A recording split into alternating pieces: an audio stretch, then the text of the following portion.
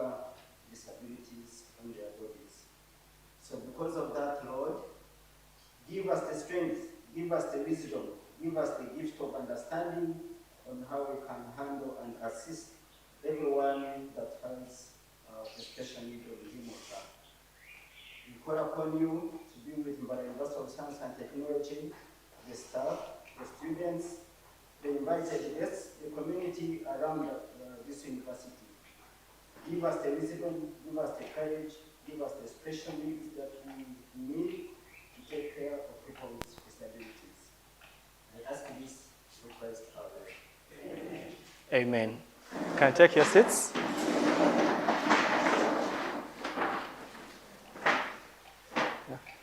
At this point, I'd love to have everyone introduce themselves so that we can get some rapport amongst ourselves and make the session interactive. So we shall start with my right side.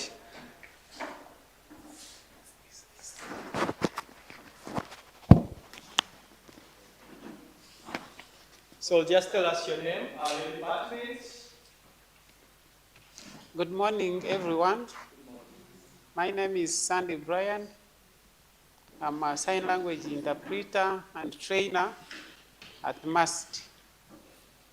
You are most welcome.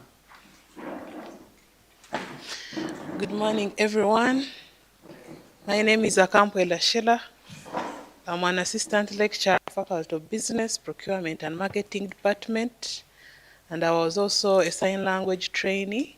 I graduated a few months ago. I was in the first cohort, and I'm glad to be here. Thank you, members. You are most welcome. I'm Stella Dusabe Biarugawa, the host today, who invited you for this caregivers training at Mbarara University of Science and Technology.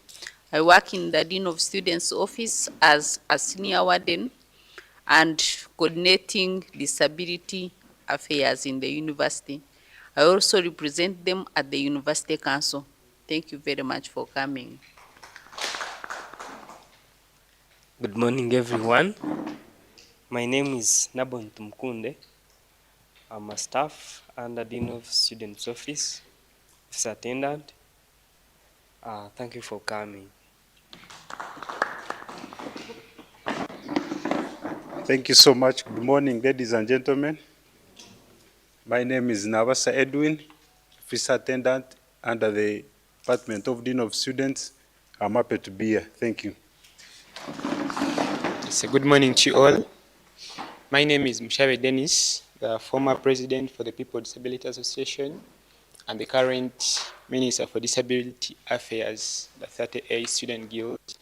Yes, I'm happy for your presence at this day, and I expect that by the end of this day we are going to have a special set of knowledge that we are going to extend to the people with disabilities that we'll be encountering in our daily life. And I would like to send my special thanks to the Dean of Students Office for organizing such an event for us. Thank you.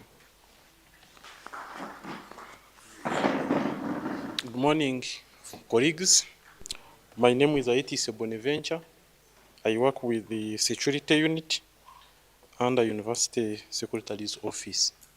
Thank you. Good morning, ladies and gentlemen.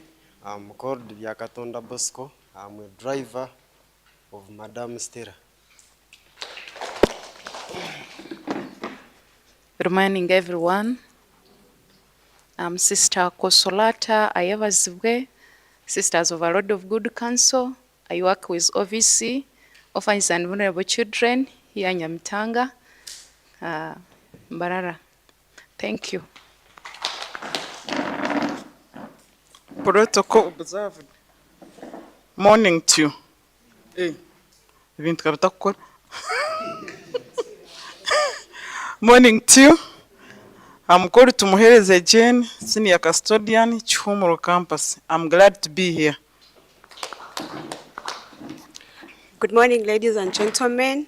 My name is Agnes Nyakato. I am a custodian for the ladies' flat here at Town Campus. Morning, all of you. My name is Champira Prudence, in charge of special needs children at St. Helens Primary School, Nyamutanga. Good morning once again. My name is Nabasa Evarist. I commonly call myself the Mugurusi because of the hair that I'm carrying on my head. This is my 27th year of lecturing at MUST. I've been Dean of the Faculty of Computing for the last 8 years. Now I have handed over to another Dean, Dr. Fred Kagwa. I'm a computer scientist by profession, and my area of research is technologies for safe food. But recently, I have developed an appetite of venturing into assistive technologies for people with disabilities. And because of that, I've gotten some partners from Korea who have been at MUST to discuss with us on how we can begin seeing how research can be done for assistive technologies for people with disabilities and also the communities around us. So I'm glad to be here, and Stella, thank you very much for calling me to come for this training. Thank you so much. Good morning, everybody here. My name is Trigingana Jesus, Chairperson of SC1 Medical Cell, where you stay. Morning, everyone here. My name is Tumahami Esau Barara, a former employee of Mbarara Hospital, and now retired. So I'm here now as the Vice Chairperson, Kashanyara's Cell. Thank you for involving community leaders in this workshop.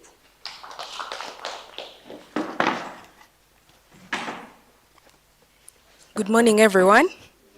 Yes, my name's Charlotte Tumuhaire, an assistant lecturer of pharmaceutical chemistry, Department of Pharmacy, and a recent graduate of sign language at Mbarara University. Thank you.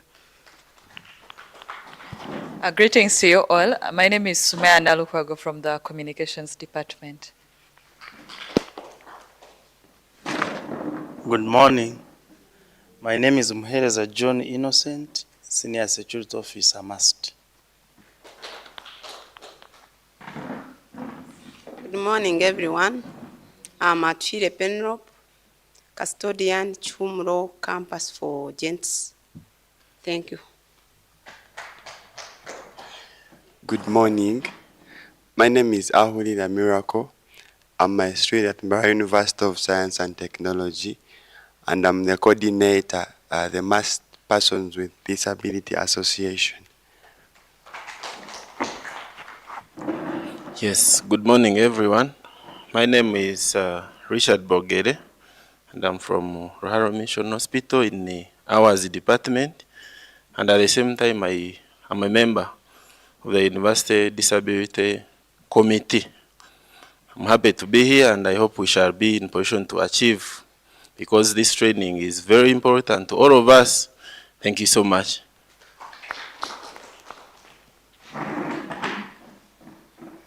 Good morning, everyone. I'm Deborah Kakurima, Senior Assistant Academic Registrar, Faculty of Science. Good morning, everyone. My name is Maureen Kahima, and I'm the Deputy Dean of Students, and I welcome you all to this training. Good morning, colleagues. My name is Akelo Helen Bajenda from the Gender Office, Dean of Students Office, MUST. Thanks for coming. Morning, everyone. My name is Timothy Mugumya Indiana. I am a member of the Technical Committee of Disability. I'm also a member of staff and a participant here. Thank you very much. All right, thank you so much, our participants. I think you now know your neighbor. Feel free to say a hello later on during the breakout sessions. Network. and yeah, get to know each other better. Yeah, so from the introductions that everyone has given, you have noted a few organizations, partners that have been working closely with us or with the Disability Unit or the PWDs Association of Mbarara University. And I've also heard from our trainers in the sign language classes. I've heard of the different former graduates of the classes. Maybe just to fill us in a little on the programs that we have been having as the Ministry for Disability Affairs or as the PWDs Association and the Disability Unit under the Dean of Students Office at large. We have had PWD assessments in the past months. Last year, that's when we had our very last one. And in these assessments, we partnered with Ruharo Mission Hospital. Please, let's clap for them. Yes. We also collaborated with Mbarara University Hospital, especially the ENT department. And we were able to assess students on various disabilities, including health impairments, including physical disabilities, and all the categories of disabilities that we have in the university. We have also been able to have assistive technology training with Cyber School Technology Solutions. It has also been one of our long-standing collaborators. Actually, last year, in around June, in May, we were able to have a training for over 35 students and staff, where all these students received assistive technologies, including laptops, audio recorders, forecasting software. I believe one of our participants talked about his interest and passion in assistive technologies. So this is also one ground that we could also improve and also benchmark to see that our students with disabilities and special needs get these assistive devices and the reasonable accommodations for them to progress through campus or through their work life as staff better. We have been having sign language trainings. Currently, we are holding the 4th cohort. We started the first cohort at the beginning of last year. We graduated 43 graduates in that cohort. Just by show of hands, those who were in the first cohort. Okay, you guys decided to sit together. All right. Then those who were in the second cohort, if there is any. All right. Perhaps they will be joining us soon. So in the second cohort of the sign language training, we had 53 graduates. Any who were in the third cohort? All right. Okay, I see they are well distributed in the room. We had 57 graduates in the third cohort of the sign language training. And currently we have a class of around 70 students who will soon graduate from the 4th cohort of the sign language classes offered by the PWDs Association of Mbarara University. We have also been able to have several engagements for students and staff with special needs and with disabilities. For example, last year we hosted the very first International Week for the Deaf in Mbarara, in collaboration with the Uganda National Association of the Deaf. For those of you who were there, you must have witnessed how the national team of the Deaf hit us badly in football. We lost the football match to the... Yeah, it was really a challenging moment when we went with our school team, our university team there to play, and the game ended 8-1. It was a challenge to all of us, and perhaps shows us, and also actually reminds us of our slogan as the PWD Association, that disability is a mindset. Yeah, and then we have also we hosted our very first ever International Day for the persons with disabilities from within the university. In the former years, we had always had outings, so we'd always go and host, we would be hosted outside. But last year we hosted it within the university. And on that day we had a PWD seminar and talk show.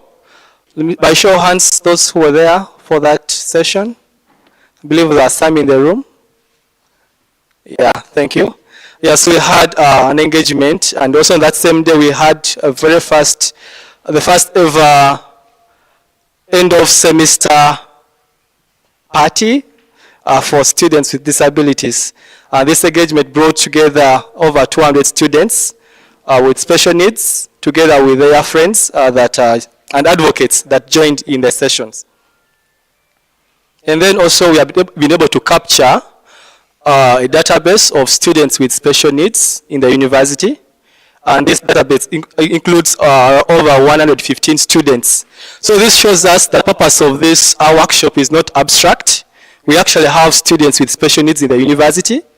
And all these students need to be catered for. They need to be listened to. We need to design inclusive environment that enables them also to progress through academic life. And this database doesn't include only students. We also have staff that have special needs, and they also need to be included, and they also need to be accommodated within the different departments, within the different settings or parameters that happen within the university.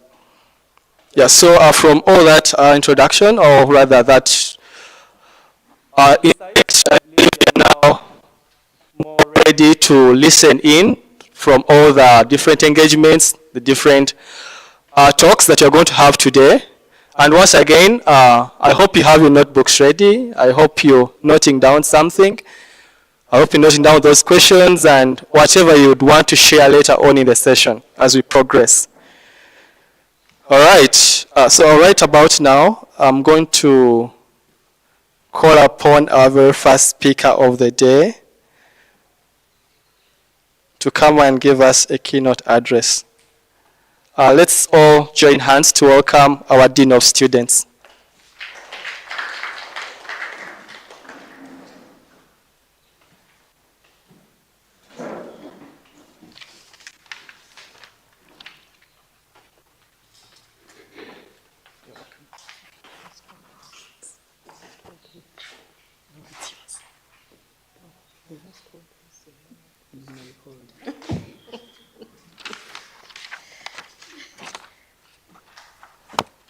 Good morning once again. For those who came in later, my name is Maureen Kahima, and I'm the Deputy Dean of Students. I want to apologize on behalf of the Dean of Students because there's another crucial meeting that he had to attend, but God willing, he will join us later after that meeting.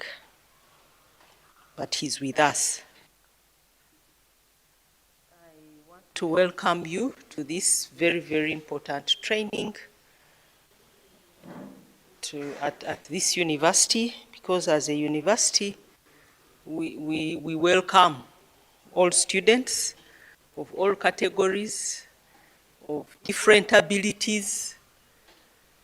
So when you come in to listen in to this kind of training, it assures us that as a department, we have people everywhere to support our students. And for that, we are very, very grateful.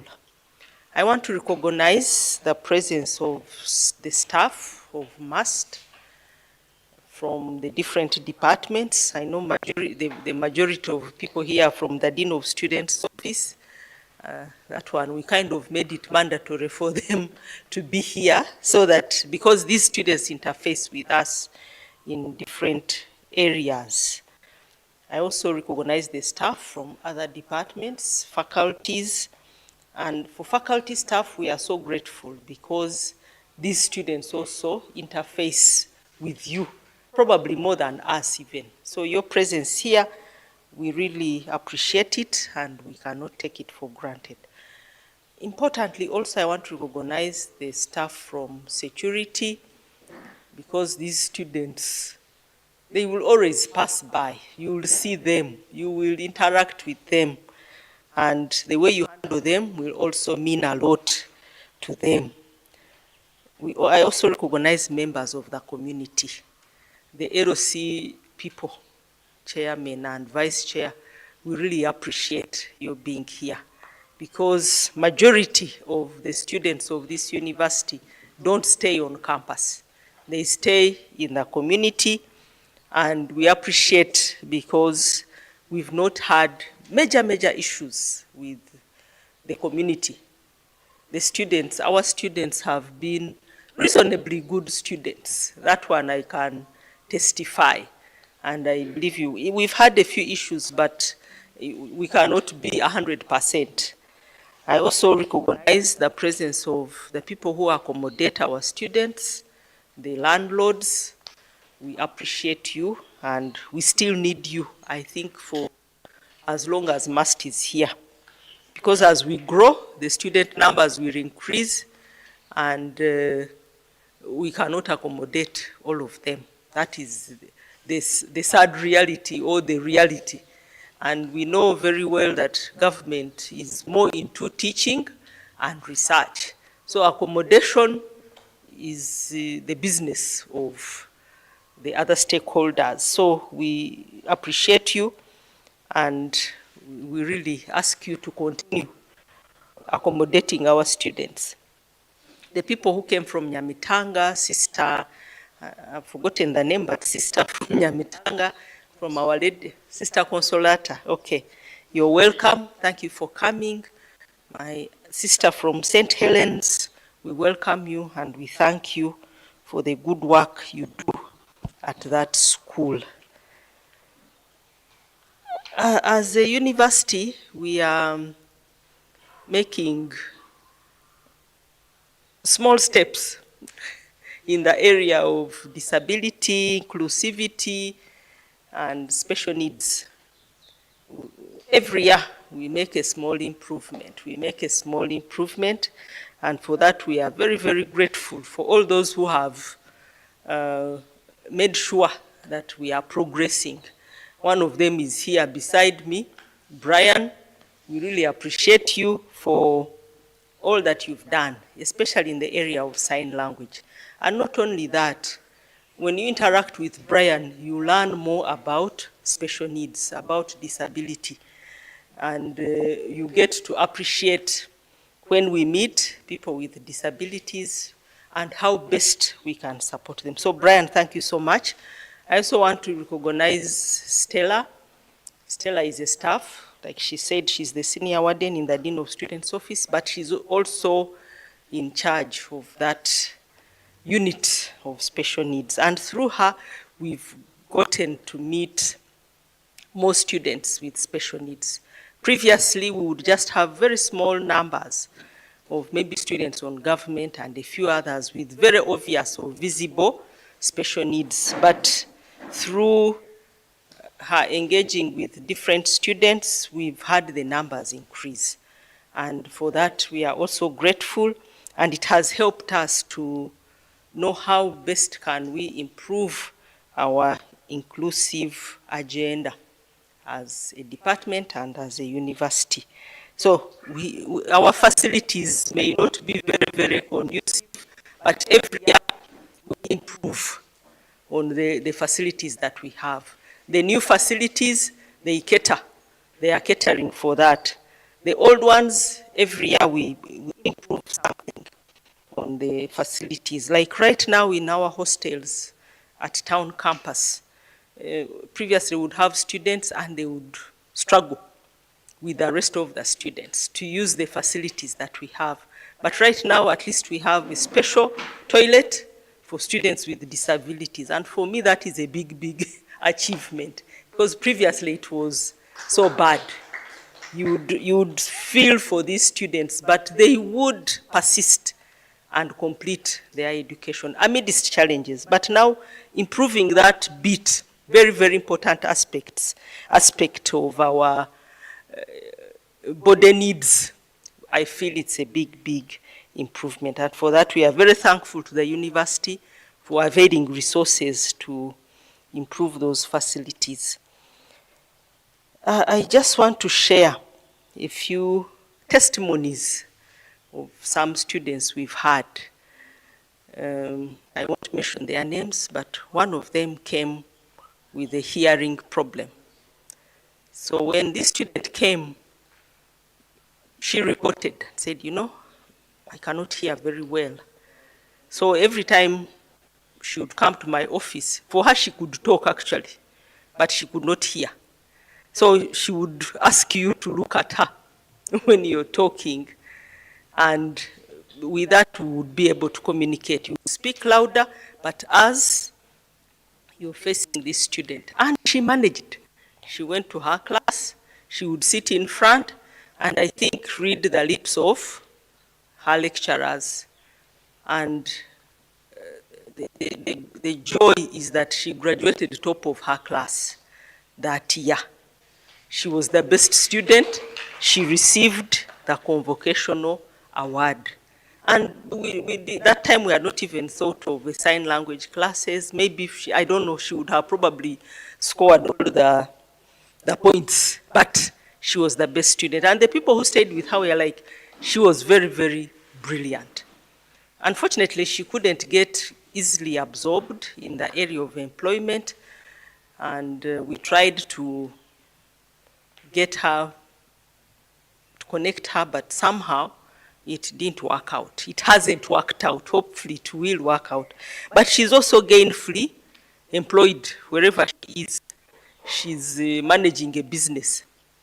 She has a business, and she's looking after herself and doing well. And for that, we are also thankful. And it goes on to say that disability is indeed a mindset. Somebody with a hearing problem, doing business, and doing it well. So for that, we are thankful for that. The other student we got of recent, when usually I'm usually the contact person, when the admission cycle is complete, the office of the academic registrar sends us names of students on special needs on government. So that year we got, when I went, they told us they were giving us one student in a wheelchair. So I said, this is serious, because I knew our facilities, I knew the terrain of the university. I was like, how shall we manage this student? So, together with the then Dean of Students, Mr. Chagaba, we asked for a contact. We called the guardian or the parent of this student and discussed with the mother on phone. Well, I'm saying this story because I asked these students to use their testimonies to drive the point home. So this student, we talked to the parent, and the parent was actually in agreement that Mbarara was too far, and maybe the student would do well in Makerere University because they were from Kampala. And she was like, yeah, actually, even I think my son got admitted in Makerere as well. So a few days later, this young man calls me. He said, you know, I'm told you called my parent, but I want to tell you that MUST is my university of choice. And I'm actually coming to MUST. And the issue on Makerere, my mother did not understand. I had gone for the medical. I think they review them, there is a medical board, and then they distribute them to their different universities. So now I said, okay, let's see how this goes. So I remember I called the custodian and told him, you know, we are getting this kind of student. When you're doing room allocation, let's try to see among the people who are coming, whom we can pair him with a student who can help you. And we also need to talk to this student as well. So I'm thankful to that student, the roommate of this young man. So when we talked to him, we engaged him. We said, you know, he was also first year, but doing a different program. We said, you know, you're doing this program, and we are bringing you this student. And the program you're doing hopefully will also help him. You can practice on him if he allows. And this young man accepted. So when this student came, we kept on phone, we kept engaging. When he left Kampala, he told me, you know, I've left Kampala. Now I've reached Masaka. Now I've reached.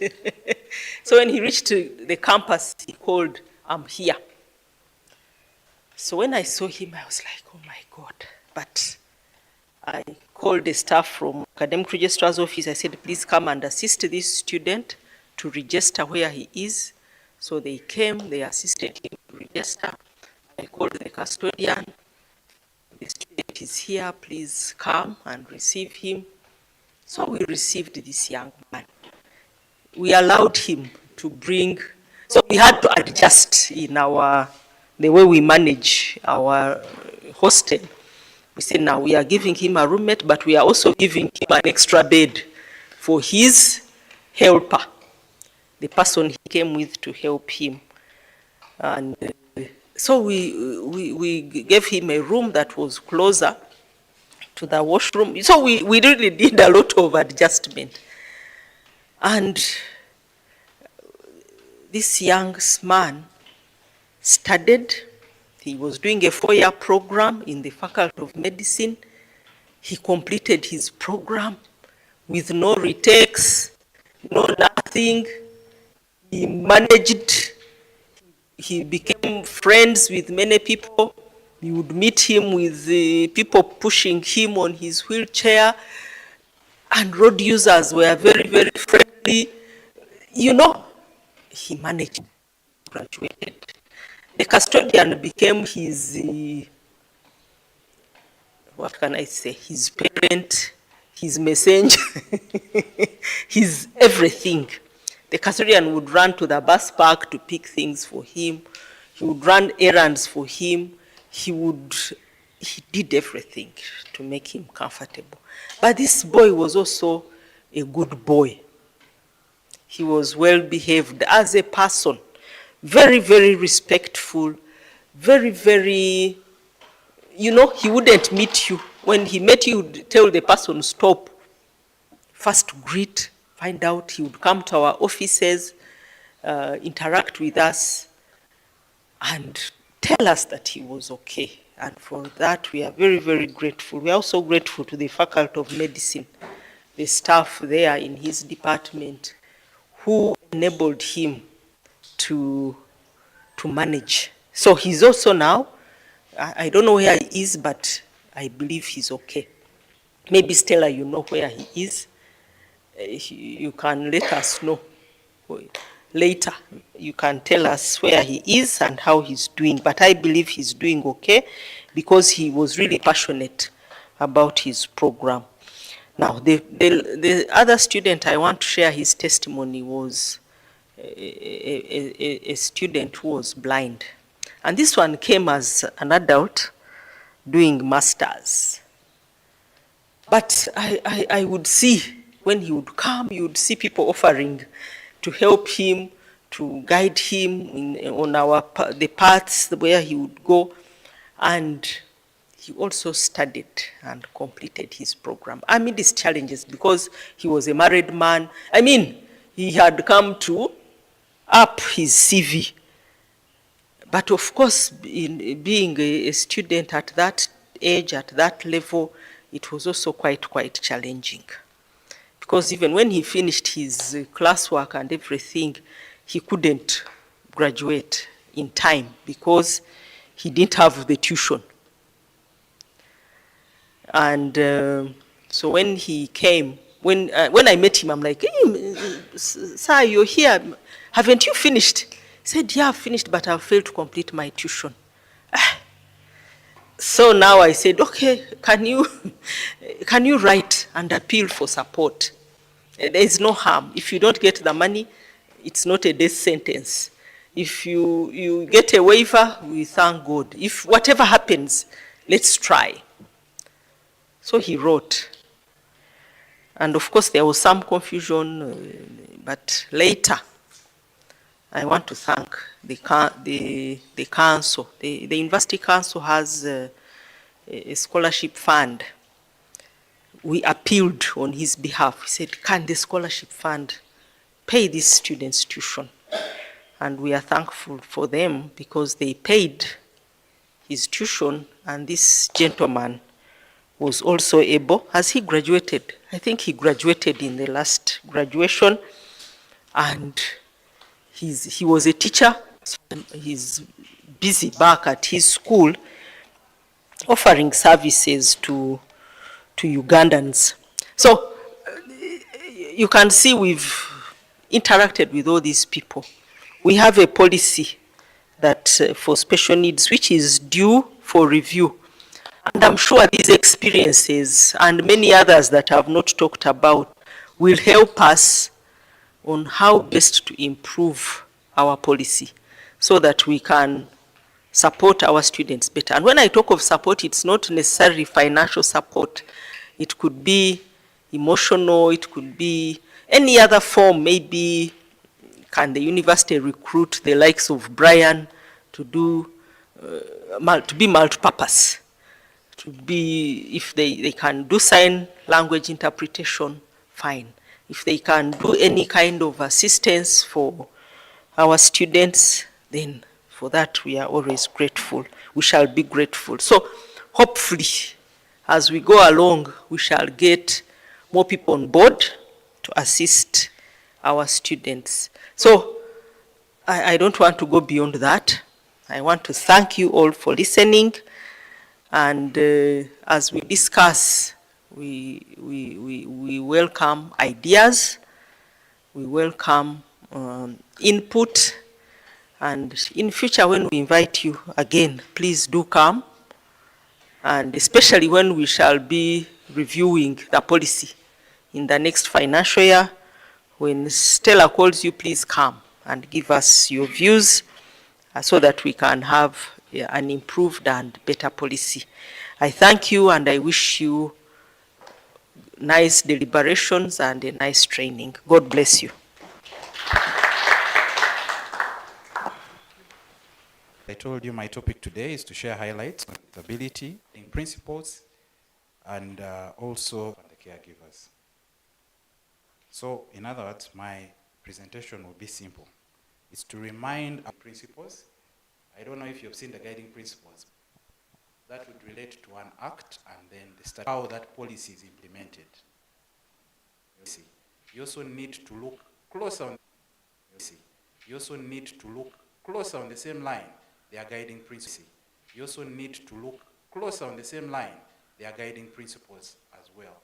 So you download and read both. You don't, and to support those rights, not to put here, but the council in every meeting they sit contributes. The council members contribute. When you get that, you do not graduate. And this and opportunity trained in session, but do educate with you to know. Do educate with you to know. Avoid that. We have administrate and support do your disability. You get all those ones defined, which prevents you from the student will tell you for you to see for disability. They are deaf. So come appointments board for that university. It is an everyone. They are deaf. So come appointments board for that university. It is an everyone. The appointments board for that university. It is an everyone. The guild president people don't talk about become. So don't you also want time to process? Maybe with the lady you might allow because it is obvious. But the husband has lost it. Go and be with our wives when they are pregnant. Yes, and you're hearing them clapping, I'm sure. For sure, if it's equality, it should be. Should we also leave you and there? I think so. So when you're there waiting, it becomes disabilities. So in a nutshell, disability is a more specific concept. It generally refers to long-term physical mention. Special needs, on the other hand, is broader. It includes disability, but it also covers other conditions or circumstances that may make learning for these policies. It may not be something. And then the person human security and tractable inclusion be this around and manage. So now let me go to care. Allow me with disabilities as givers do. Right. They may even have a lot of money. So ability, interpretation. I think each of us as caregivers in one way or another. You can become even a caregiver just out of a situation. You run into an accident, you step in to help, and you end up into an accident, you step in to help, and you end up making friends and your friends and you back. Shouldn't take time to pay. So caregiver girlfriend, I didn't like you. I said pay. So girlfriend, I didn't like you. I said go to hell, and then you take over. Situations like that. The caregiver should support, not control. The caregiver should assist, not exclude. The examples I've given are very clear. The caregiver should protect confidentiality, not expose private information unnecessarily. Because of course these people have their own lives. There are secrets that are seen, which are not open to the public. Now the man goes and does his 1, 2, 3 nails. That's something you need to consider. And some people are just, for lack of a better word, there are people who speak a low key in such situations. Caregivers should also be careful not to act outside their role or make decisions that may be considered. Being a caregiver doesn't mean that because you're helping, maybe it would be good for you as a caregiver to read the policies or doesn't augur well for things which are not there. Or contrary to established procedures. Where a matter requires a formal decision by the university, the caregiver should escalate it to the relevant office. Because your person you're supporting tells you the other one abused me, the other one said what, then you go and beat them up. That's not your job. It's not right. Follow the procedures that are in place. Or someone parks in your boss's place, so you're the baddest. It's not right. The same applies to staff, administrators, and community leaders. It protects the caregiver, that we must all work within it, protects the caregiver, that the law, the disabilities may expose the reputation or harm. So therefore, this training should help us move from policy and more into action.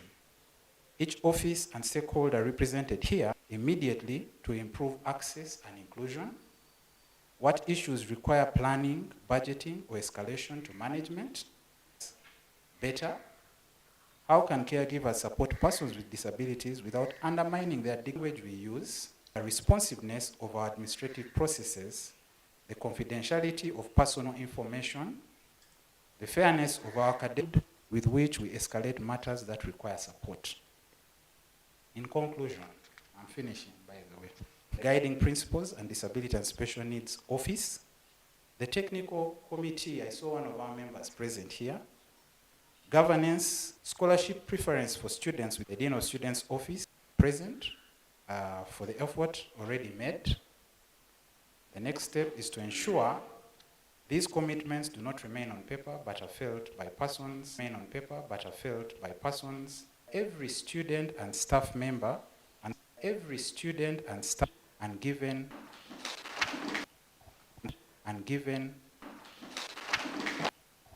I hope everyone has learned something. From his communication, I've picked a few key things that have really interested me. There is that time when he talked about mindset change. And this is something that's very critical or very important to all of us. When he talked about that, it reminded me of that football match that we had with the deaf team. It was, the university team went there knowing that, but as soon as the first out, our only goal in that game in the last minutes, as soon as the first out, our only goal in that game, rainy evening, you can bear witness to me that it was a nightmare to the masked community. The meeting today. And with sign language have been trained. Association. I'm George, my name.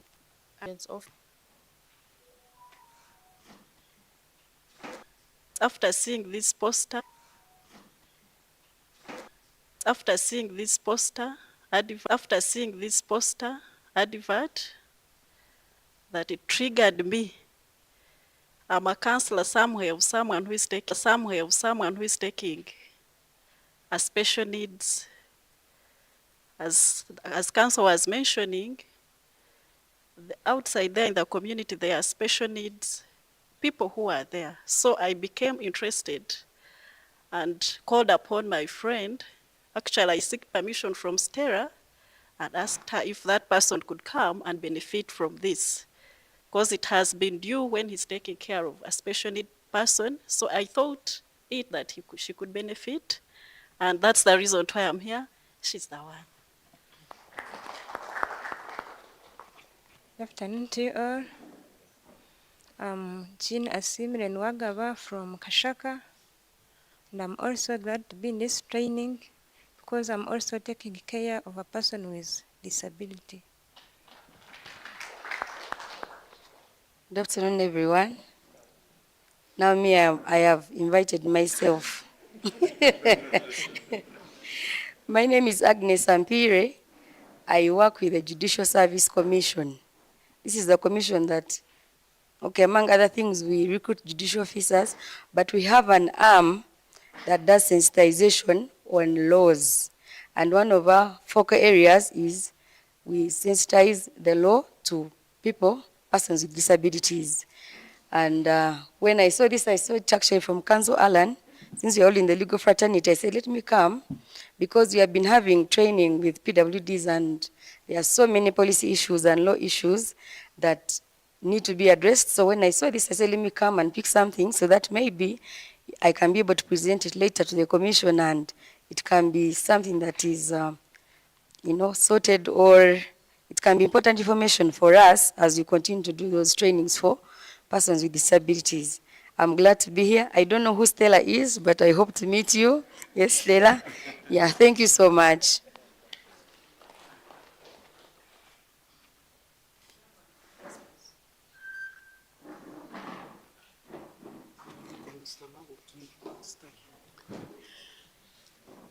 Good afternoon, ladies and gentlemen. My name is Sophia Tsingwile. I represent the Faculty of Health Sciences. Christine, it is no longer. Good afternoon, everyone. My name is Winfrey Misamf, and I'm a hostel owner in Tasso Village.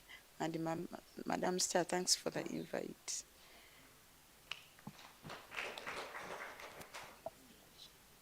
Thank you all for joining us today. Yes, right about now, we are going to go for our first health break of the day. We shall have a working tea. We shall use the door to my right to go and access our meal for the time. So let's make this quick. We shall have that in the next 30 minutes, and then we shall join in the next session. For those who may want to use the washrooms, they are on the door to my left side. Feel free to use that exit. All right, let's do that just now. Thank you.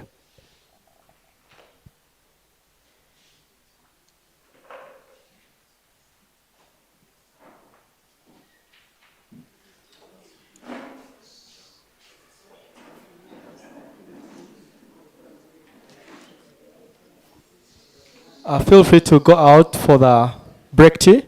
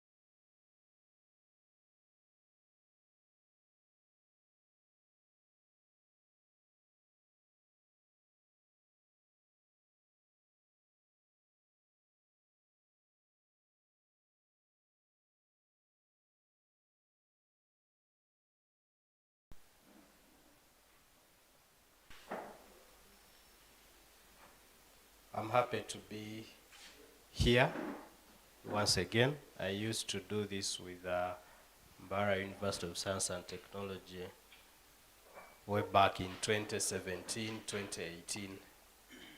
So I'm happy that a few years later,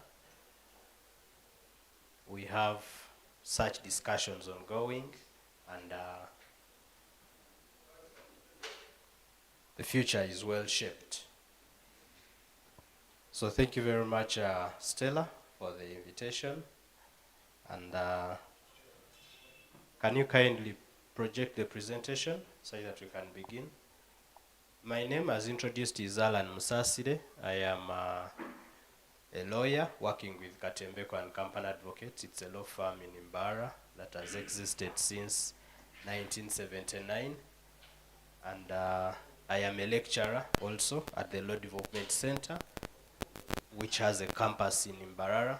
This is a school that teaches lawyers after the degrees, but it also offers short-term courses, like courses in administrative law and also the diploma in law. It doesn't only teach the postgraduate diploma lawyers, but it also teaches lay people like you the short courses in the law. And then in my other life, I am a Rotarian, and I am the soon-to-be past president of the Rotary Club of Mbarara Ranchers.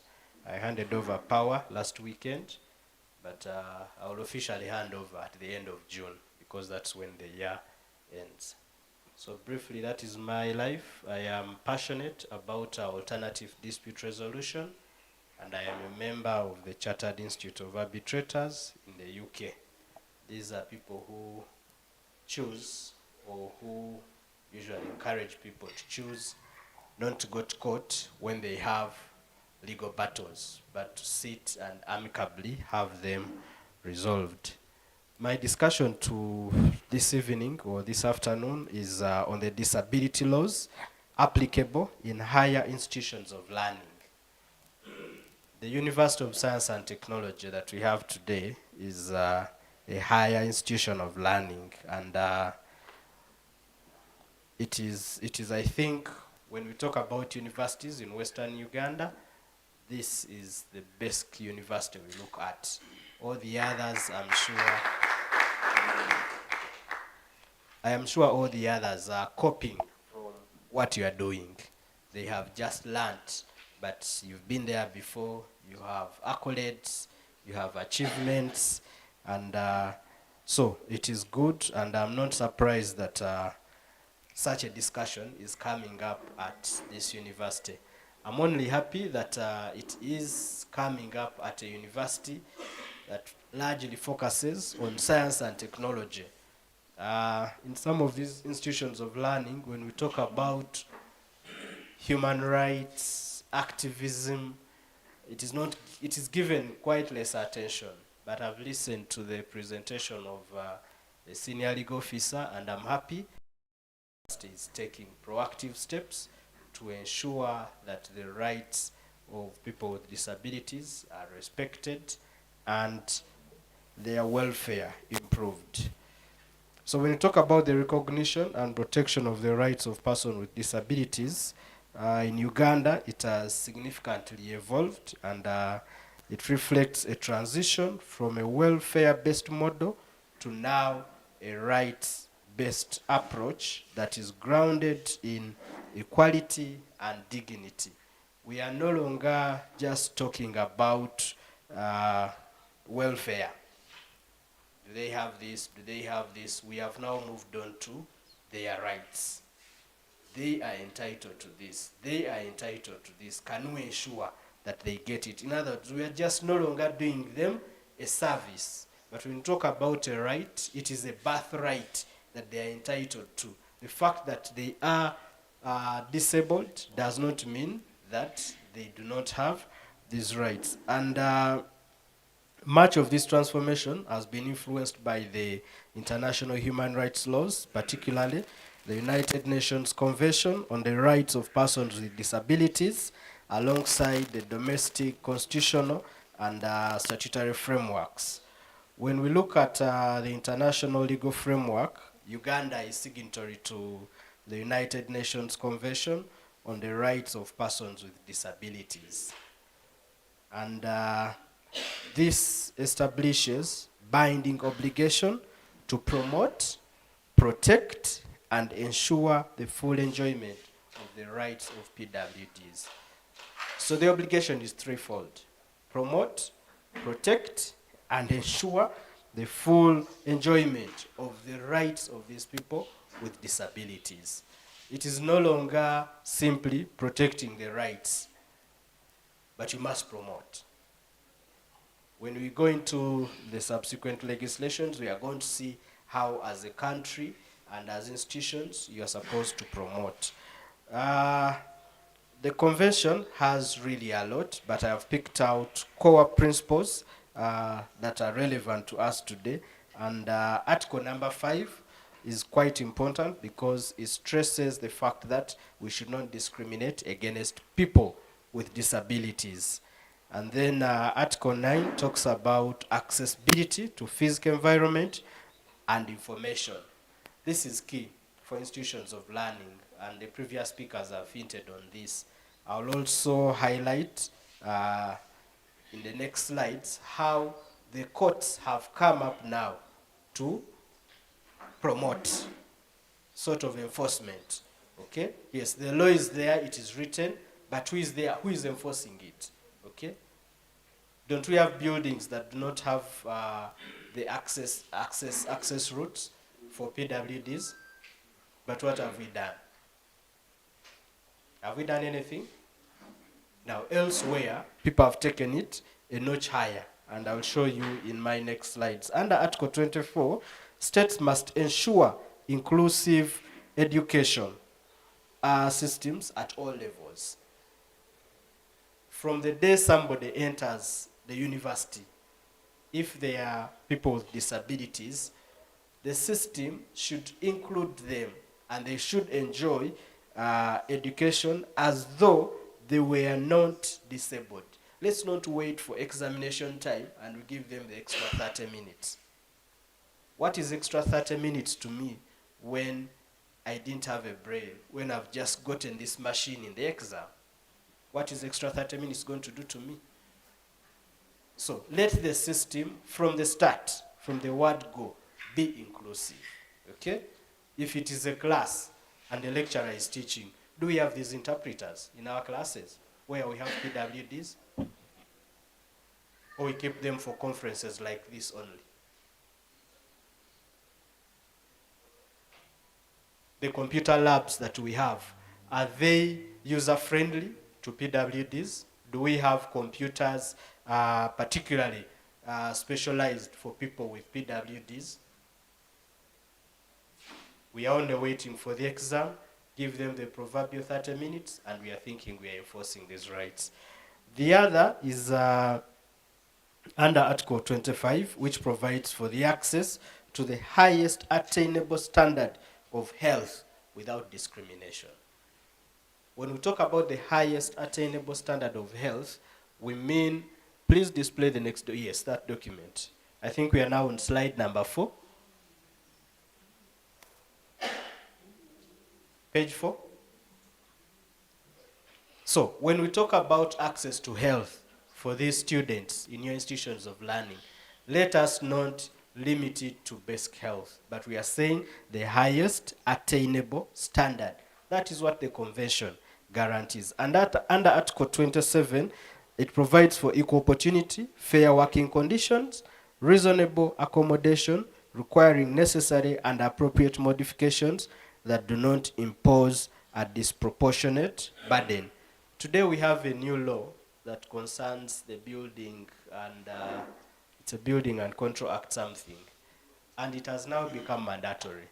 Your plans are not going to be approved if your building is 4 floors and above and you do not have a provision for a lift or a ramp. The law is there, it has come. Okay?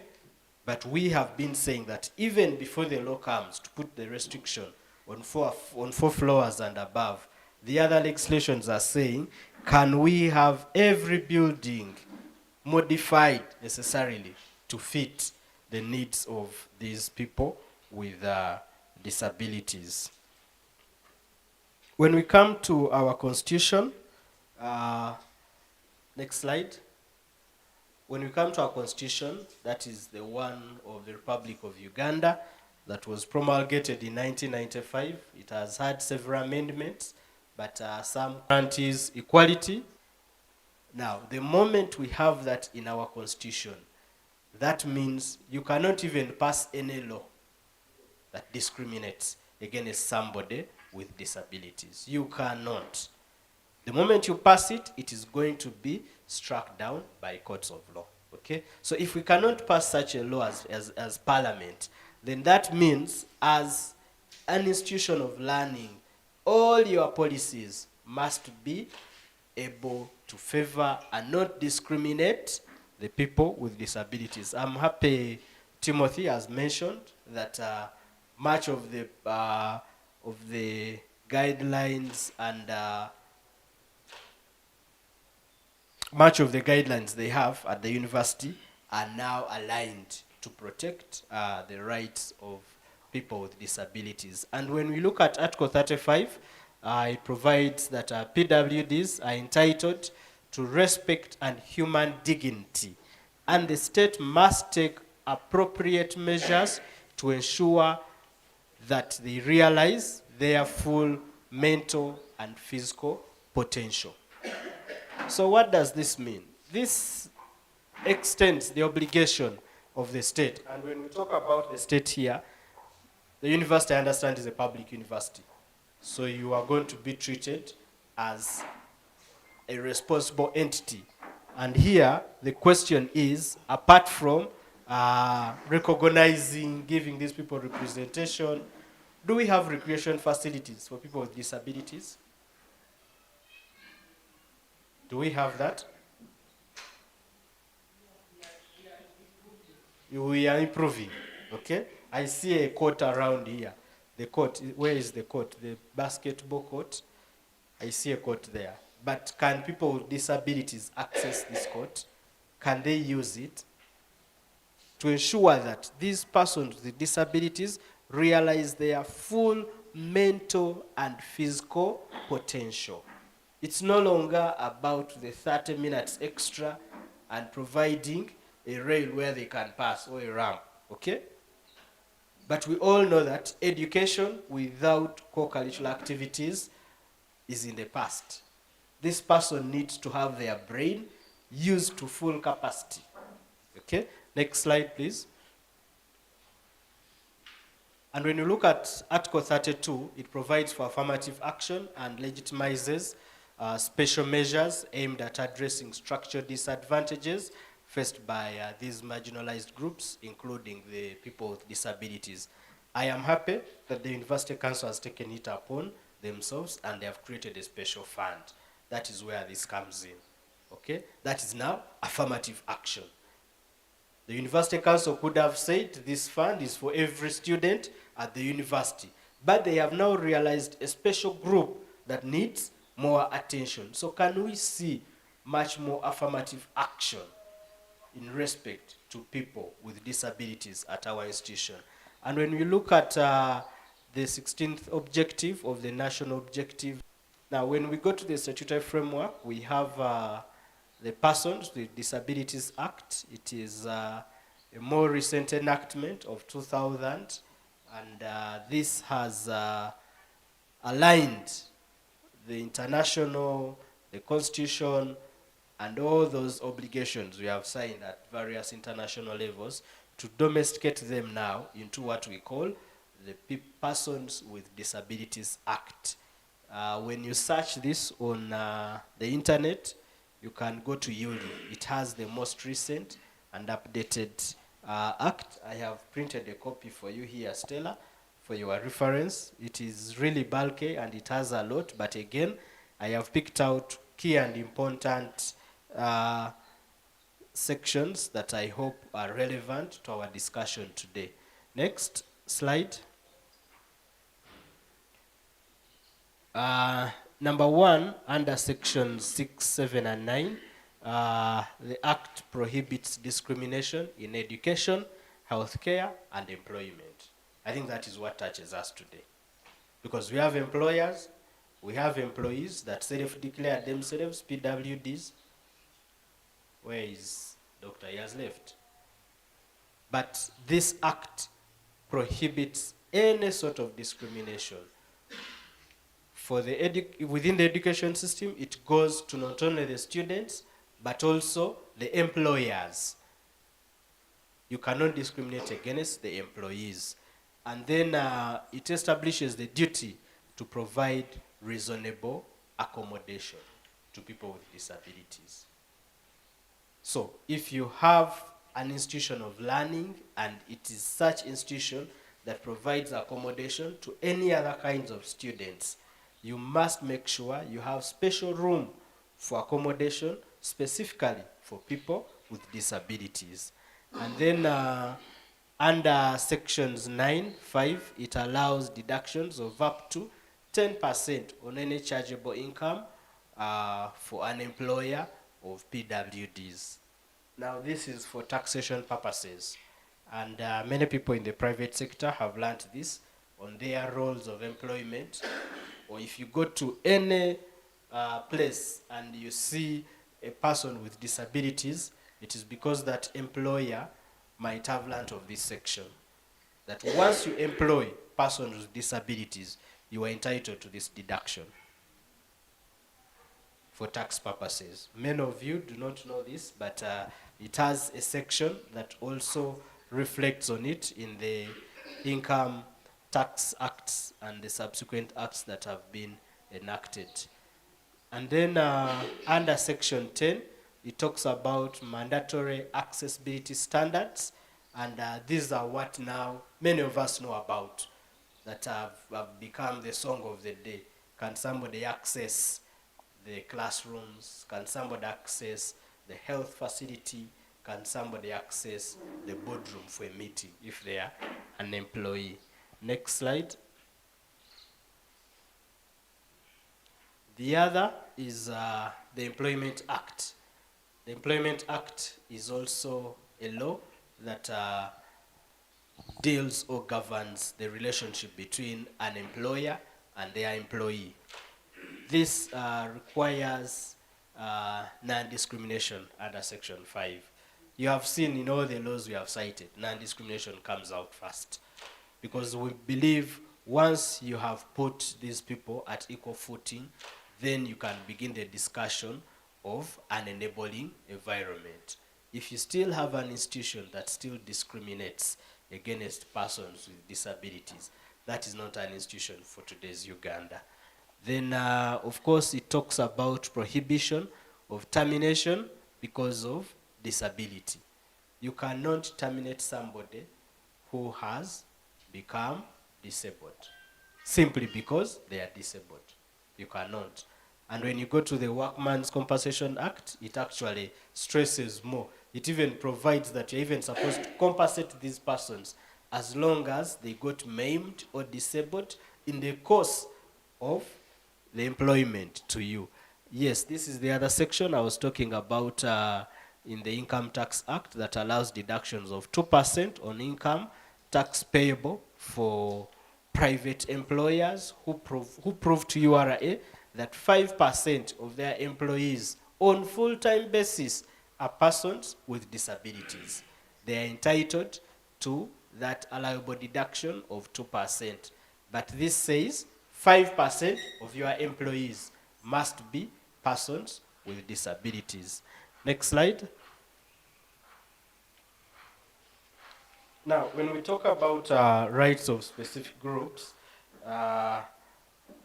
here is where we come to the universities and institutions of higher learning. And when we talk about students with disabilities, which is the next slide, we see that under the obligations or the various articles and legislations we have cited, you will look at Article 24 and then Articles 21 and 35 of the Constitution and Section 6 of the Persons with Disabilities Act. Here, we have emphasized that students with disabilities are entitled to equal access to education.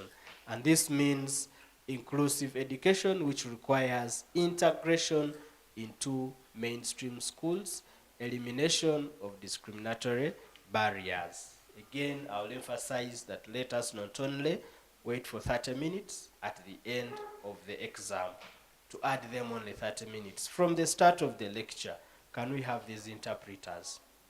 Can we have the brailles? Okay? Now that we have advocated for the access ways, they can easily access the classrooms, but what happens when they sit in the classroom? Can they follow through? So let's begin that quite early. And then the other is accessibility and accommodation. Education institutions must provide assistive devices. That is the braille, the hearing aids, and ensure physical accessibility, the ramps, the lifts, or offer alternative assessment methods. I don't know, I am happy Maureen is here, whether you have this last one, alternative assessment methods for people with disabilities. Because I understand our curriculum provides for this, but as a university, have we thought about this? All it is going to be test for everybody. Even the PWD must do that exact test. But are we not using the proverbial, are we not testing the skills of a monkey? What is that proverb? You want to test a monkey's skills by subjecting it to swimming, and a crocodile by asking it to climb a tree. Are we not using that if we don't offer alternative assessment methods? Then, of course, failure to provide such definitely constitutes indirect discrimination. And this discrimination has been punished by law. When we look at the next slides, we can look at the case of legal action for people with disabilities versus Attorney General and others. It was a miscellaneous cause of 146 of 2011, and the applicant sued the respondents, that is the Attorney General, on grounds of inaccessibility of public buildings and facilities within Kampala City and Mbarara University. Now, the issues for determination in court were one, whether the respondents, that is the Attorney General for Government and Kampala City Council Authority, had violated the fundamental rights of persons with disabilities to have access to a barrier-free environment. Somebody could not access buildings in Kampala. Okay? Many people can't for many buildings. But they are lucky this time, it is an organization that came up and sued on their behalf. Now, what did court decide? The High Court acknowledged the constitutional and statutory rights to a barrier-free environment, but held that KCCA and Mbarara University had taken sufficient reasonable steps within available reasons. Within available means. Then the court further encouraged Mbarara University to continue modification of the old buildings within the available resources and ensure that plans for new buildings take into account the right to easy access to them before they are approved. So, court has now recognized the right, okay, and has gone ahead to put a duty. It has interpreted and said, no. Given the means you have, because KCCA was able to explain that for all the new buildings we are approving, they must have a lift, they have these access rights, okay? But the burden was now on Mbarara University because the old buildings were quite many and they didn't have these access ways. So, Mbarara University may not be very different from Mbarara University of Science and Technology. Okay? Tomorrow, somebody will just get the same case, the same facts, and before you know it, Timothy is here defending you people. Let's not wait for a lawsuit to act, okay?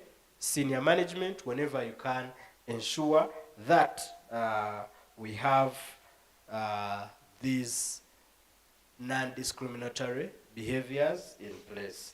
And then the next case is an interesting one. This one was an individual now.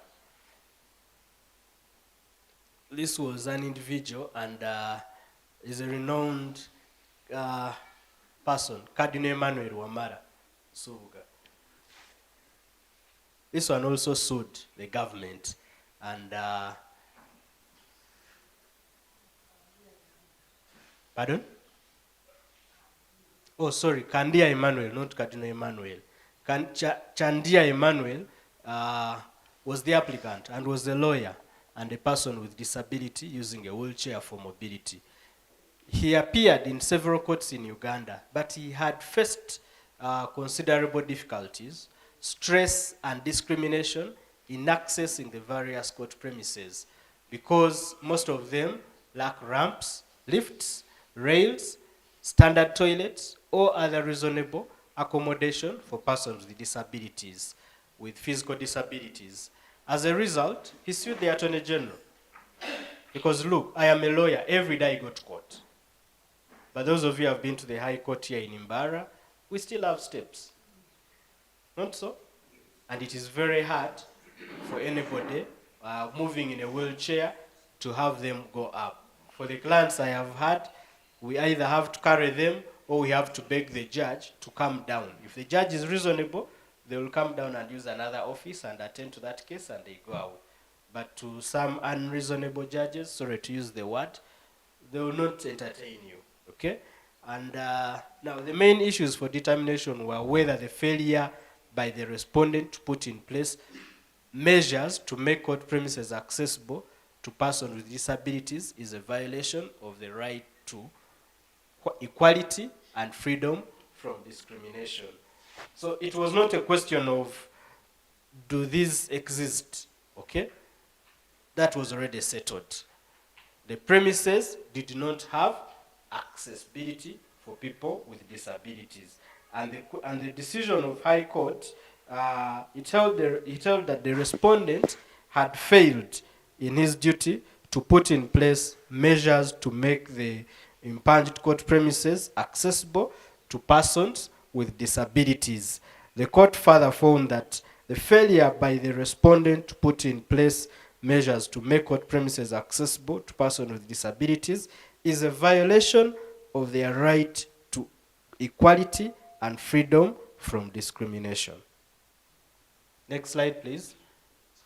Now, the court further ordered that the respondent takes reasonable steps for the progressive realization of the rights of persons with disabilities in as far as access to justice is concerned and report to court within 3 years on the progress made in that regard. Now, this is the third obligation that we talked about for the state.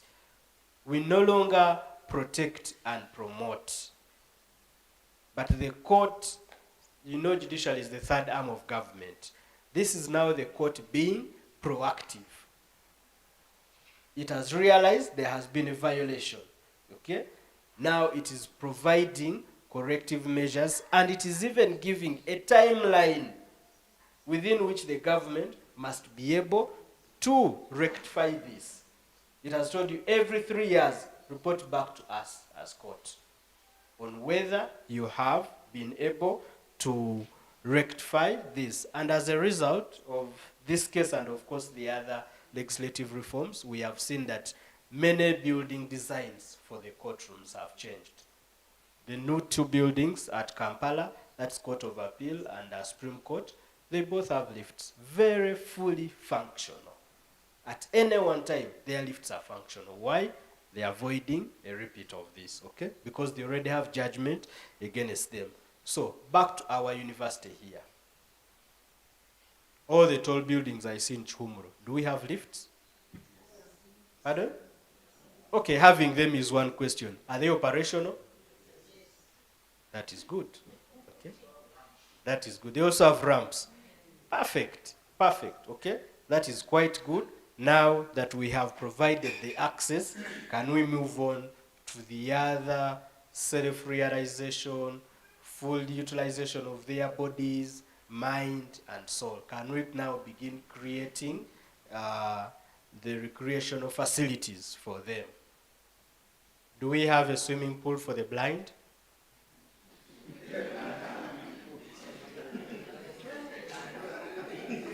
You are now laughing at me. People who are blind cannot swim.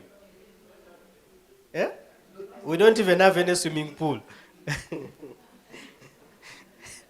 Okay, next slide. Let's look at the other group, which is the employees with disability. And we have seen that these have the right to work, and they must have this right to gainful employment, which is guaranteed under Article 27. Yes, please. Lifts. Reasonable accommodation. The answer is no. Recently, we carried out an accessibility audit. We were advised by ours together with the Office of Dean of Students, coordinated the activity. We noted that even with the new buildings, they still have some issues. Somewhere, somehow, we find the station. Somewhere, somehow, we find the door, the size of the door openings doesn't allow the access for the wheelchair. But all the comments were documented and they addressed management. We hope management will take this. Okay, thank you very much. At least the groups here on ground are proactive, okay? They have gone down to document where the challenges are. Even those classes, when you enter the class, the door is already being a problem. Somebody has fidgeted and has entered. Are we sure that every day they come, that first row is reserved for people with disabilities? Because you know they can't move up if it is an auditorium. This is now not even for the top management, but it is for the lecturers to enforce. The moment you realize that in your class you have a person with disability who moves in a wheelchair, reserve those front seats for them, because you know when they come in, when they are full, they're not going to be able to move with their wheelchair up if it is an auditorium setting. Back to the employees, we have seen that the right to work is guaranteed under these articles, and as a result, you cannot dismiss an employee by reason of disability. The second right that is protected is protection from discrimination, and the law prohibits discrimination against people with disabilities in recruitment, promotion, and termination. You will not simply put out an advert and deny somebody an opportunity because they have the disability. And then the other is that the employers must provide reasonable accommodation, ensure safe and accessible workplaces, and also prevent harassment. I understand the university has a policy like Timothy has highlighted, but I don't know whether in there we have a policy against harassment. The guild is here. We know students sometimes can be very cantankerous people. You just choose to bully, and at this level and age, it is now no longer bullying. We are now saying it has gone to harassment, which is by the way punishable by the law, because it could be a crime somewhere. Okay? So let us ensure that our employees and students are not harassed simply because they are persons with disabilities. The other group I focused on is the patients. Reason being that you are a teaching you are a university with a teaching hospital. So I understand that some of your students or even some of your employees might now interact the other side with the patients at the hospital.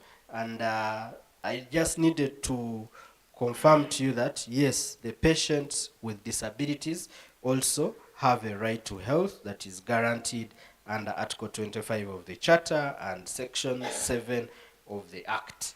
So do not look at them and say, for you we shall not handle you. Okay? If you are students and you are at the hospital, or if you are health workers and you are at the hospital. And then the other core guarantees are that patients should not be discriminated in medical treatment, and they must have access to rehabilitation centers, respect for dignity and autonomy, and then the health facilities must also ensure physical access, communication support, such as sign language and interpretation.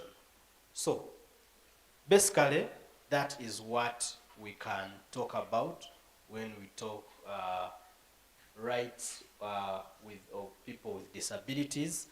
The laws are quite bulky, but I have tried to summarize them for you and ensure that you have a hint. Most of these things you've been knowing, but the most important take home for me should be that the laws we've been seeing on paper, the courts are now enforcing them. Okay? So should you be an institution like this and fail to recognize those laws, you have seen decisions of courts that are enforcing these laws. So if there is a policy, kindly abide by it, because tomorrow you are going to be held liable. And today government has a strange way of doing things. They now go represent you, but when you lose a case, they say, you are now individually liable, you pay. So for the administrators here, we know what that means. So Uganda has established a robust legal framework protecting the rights of persons with disabilities across education, employment, and healthcare. Nevertheless, the primary challenge lies not in the absence of legal norms, but in implementation and enforcement. Implementation and enforcement. If you do not implement, even when the rights are guaranteed, we are going to have a challenge. Okay, we have said, okay, equal access to education. You brought somebody to class, they don't have this interpreter. You have not given them an alternative assessment tool. You're only giving them 30 extra minutes at the end of the exam. What are they going to do that they never studied in class? So let us ensure that these rights are meaningfully realized as an institution, but also we need to strengthen the institutional accountability. Of course, the administrators here will be asking for increased funding for accessibility and to promote societal awareness, but only if we have done this can we be sure and emphasize the promise of equality and dignity of persons with disabilities. Thank you very much for listening to me.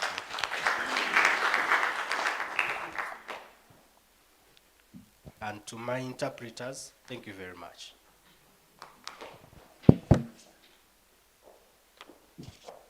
Thank you so much, Councillor Alan. Another round of applause to him. And a round of applause to our sign language interpreter. Yeah, Council has really deliberated on so much. And again, I've taken notes. I don't know about you. There are some things we talked about. When we talked about affirmative action, every year Mbarara University receives 2 to 4 students on government scholarship. Last year we had an engagement with the Ministry of Education and Sports. Thank you for that. But specifically last year we had 2 joining us in this current academic year. And late last year we had an engagement with the Ministry of Education here at university. And we're trying to see ways in which we can increase the number of slots that are offered to all public universities. I request or I call upon the top management and the university leadership to join us in this call to see that those who actually graduate from high school have more opportunity and chance to join university in that scheme. And then I talked about alternative exams. Earlier I talked about a survey that we made and the database we collected. And these students, yes, they have different accommodations that they need. It goes beyond the 30 minutes or the 50 minutes that are offered extra. And to the students who need paper in, or rather text in bigger font, there are those who need alternative seats. There are those who need, actually there's one who reached out to me and he was requesting that his exams be given on PC, online, or rather virtually, than them sitting and using paper. So these are all accommodations that actually are possible and we have to include within our setting. And then I would also love to comment the university. When you talked about accessibility in terms of infrastructure, at town campus of Mbarara University, all our biggest buildings, that's in the Faculty of Science and in the Faculty of Management and Business Studies, they all have ramp access. Please, let's clap for that. And just recently, the university commissioned the construction of the new College of Health Sciences. And if you were able to go through the schematics or the structural plan, you realize that all these things, all these amenities of elevators and ramps are all within the plan. And when you come to Kihumuro campus, our main campus, the Faculty of Computing and Informatics and the Faculty of Applied Science and Technology, they all have elevators and working elevators.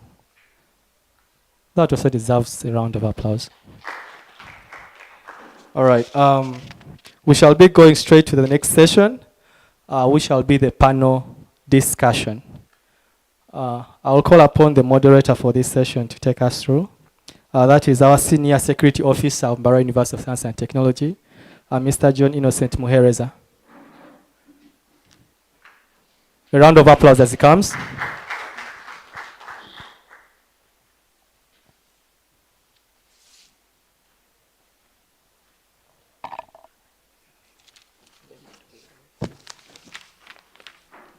Thank you, Bernard. Good afternoon, everyone. A panel discussion is intended to help us as participants to get a take home, okay? So that when you go home, you don't behave like a group of people that attended a session of a preacher. And as they went home, they only could say, the man has talked. But when they asked, what has he talked about? The man is gifted. He can talk. But at the end of the day, we could not get the message from what the man had talked about. So the panel discussion is going to help us to have the deliverables and the key action points we can go with, so that we can be better caregivers for people with disabilities. Allow me at this moment invite my panelists.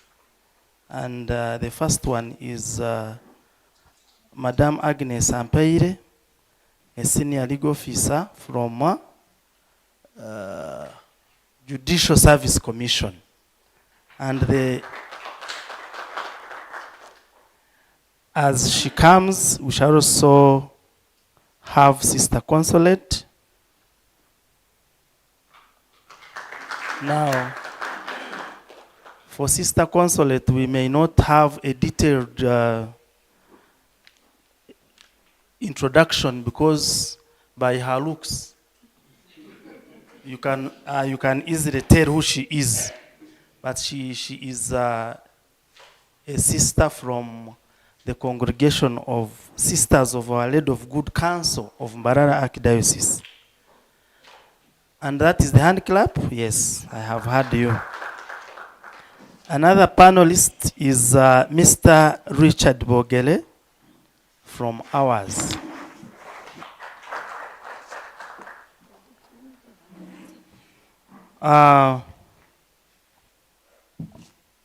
The next panelist will be a special one, and that is the guild president.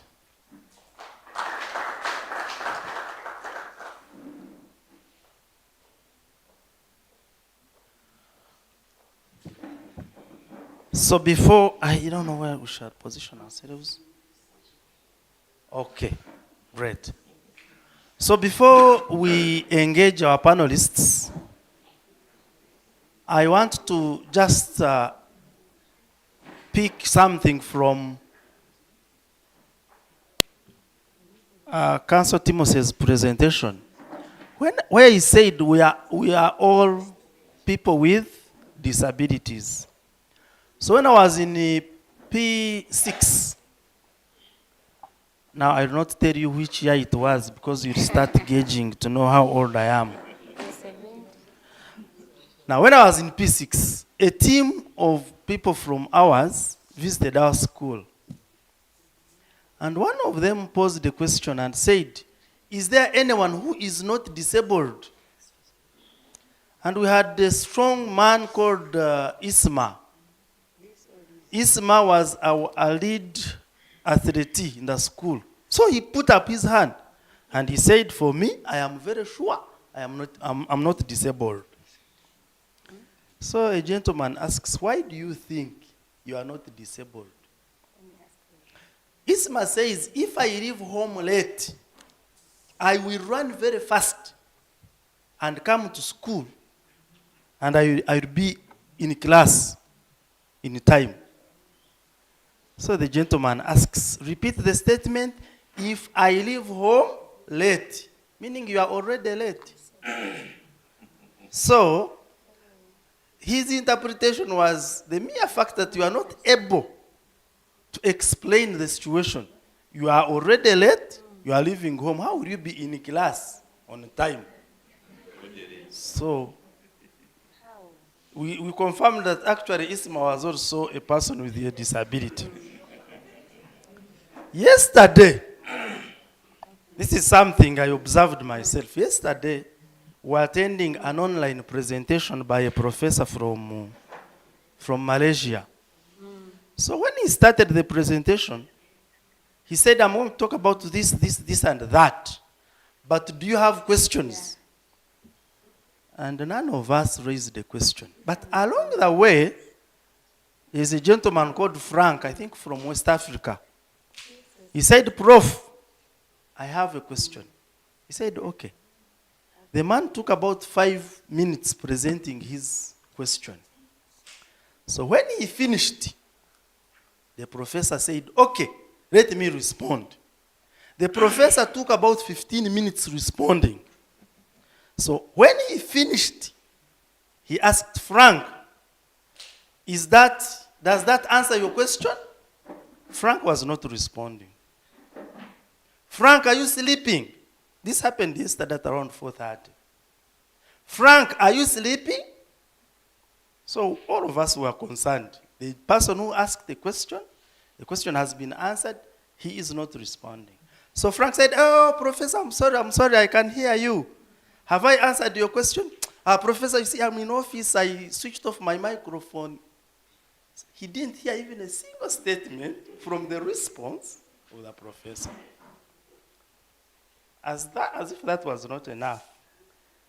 The man said, you are a bad man. So at the end, as he was concluding, he almost said goodbye. He asked, any other questions? When he said it 3 times, Frank said, oh, Professor, yes, I have a question. Okay, you ask. Now, Professor, I forget the question.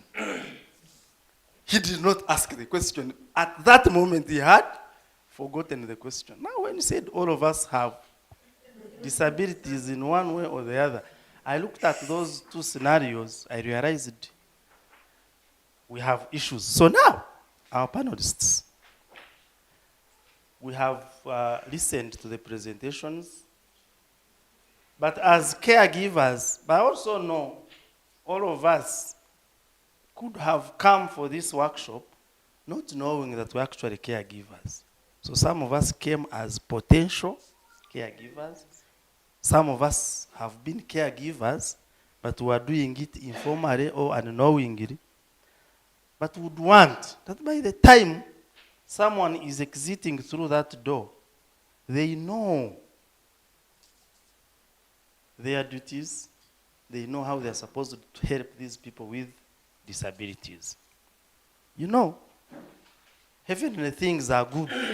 So for that matter, we shall start with Sister Consolate. Sister Consolate, I know you are in an environment where you deal with children with disabilities. So now I would like to know, as we do this caregiving, what is actually involved in that? If I move out of this room and I'm saying I'm going to be a better caregiver, what shouldn't I leave out? What is involved? And go ahead to tell us what are the challenges involved. Over to you.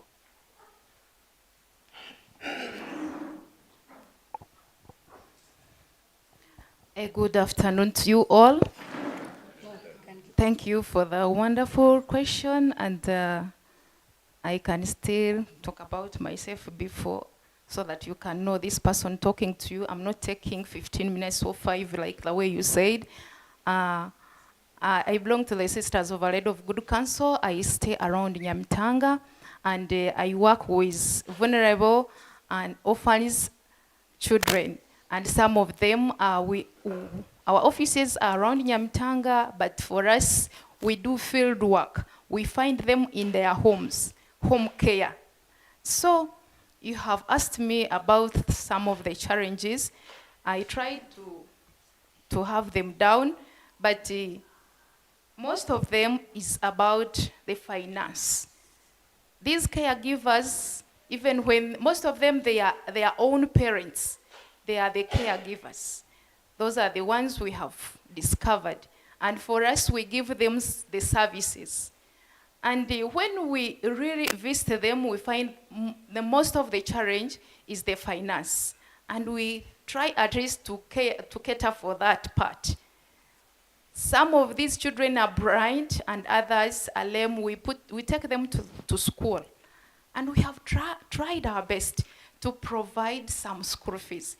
We get so much in touch with the head teachers and the caretakers at home. We make sure when we get in touch with the head teachers, we pay half of the school fees and they take, so we partner in this. And the other side of these ones, we find they are having cerebral palsy, SP. So they stay home. I don't know whether I understand this. Yes, you know. So they stay home, and for me, I'm a counselor, I keep visiting them. Where it needs, I call all of those caretakers, the parents, I give them the workshop. Every Wednesday, at least you find in 3 months, I've visited them like 3 times, telling them what they are supposed to do. When I call them or when I'm visiting individuals, I give them how to build their emotional stamina. Even when you are taking care of this person, it's like you are not having hope of when they are getting cured because they have cerebral palsy. They are there down, they are helpless. You must take care of them until the end of their lives. So you can imagine you are a parent, and the challenge we have discovered in these caretakers, they are left, these mothers are left alone. They are left where they are married, their in-laws and father-in-law, you know, all that. They are left alone. These mothers are left alone. The husband leaves this woman, and she remains alone to take care of this child. Some of you find they are having even more than 2. They are all blind, and others, they have the cerebral palsy. And what do you expect this mother to feel? Eventually, we keep visiting them as people, as we who are in charge of OVC, especially we deal all those in Mbarara. We keep connecting one another, and they are, when they connect, we meet them. So we keep visiting them, empowering them, motivating them. And concerning the finance, we find they are having too much poverty. And how do we empower them? We give them some skills, where they will have to use their hands. And we give them a certain project. We ask them, where can you do better? Which project can you begin? Then we give you some finance so that they begin from there. It encourages them, it empowers them, it keeps them with hope, even when this child is just nothing. I'm not saying nothing, but according to the eyes of our people, they don't see anything coming from this child. We impart in them that these people are in image of God. They should not see them as nothing. There is always a reason why some things happen. These children have been a blessing to them because they have got projects from them. We give them. We have been helped by different donors from fundraising. We have some funders, but from 2013, these funders started earning. They phased out. So we had to give them some projects so that they can move on. So another challenge that we discovered, some of them, they are illiterate, you can imagine. Even when they have gone to school, they are still ignorant a bit. I'm not abusing anybody, but they are not informed. So that's why we come in to give them some knowledge. The knowledge we get from the government, especially we normally move together with probation officer, because that is the one in charge of children. You cannot work alone in case of anything. They must be knowing that you really exist and you are doing well. Do I need to add on this? Have you picked something? I don't know. For more information, we can get in touch. I felt to read all this that is here is going to take your time. Thank you. Yes.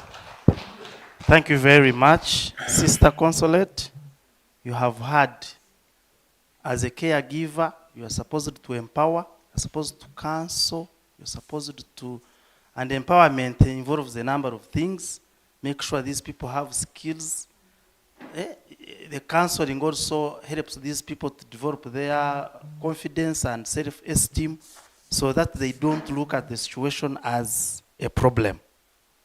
Okay. There is what they call advocacy. Advocacy. So who advocates for these people with disabilities? And what is the role of a caregiver in advocacy? Mr. Bogele. Okay, thank you so much, the moderator. My name is Richard Bogele, and I work with the Ruharo Mission Hospital in a department of ours, and I've been there for so far 8 years. So when you talk of disability advocacy, so that means you're talking to the right person. Again, I'm the chairperson, Disability Council, Mbarara District Local Government. So when you talk of advocacy, but before that, I want to appreciate the team that is ahead of this organization who organized this training, because it is very important for us who are in this building as caregivers, because I want to assure you that each and everyone here, including these of media, they are also caregivers, somehow, somewhere in their families. So I want to appreciate the management, Mbarara University of Science and Technology, for embracing this, and they allowed it to come into existence. Secondly, I want us to be at a level whereby we should think of making our university as the regional inclusive university. We should not think of maybe sending our students with different disabilities to Chambogo, because now the previous speaker said we are receiving 1 to 2 or 2 to 4, 1 to 2. But there are so many students with disabilities, but most of them are admitted at Chambogo because other public universities, there are no resources, they cannot accommodate them. But this is one of the key.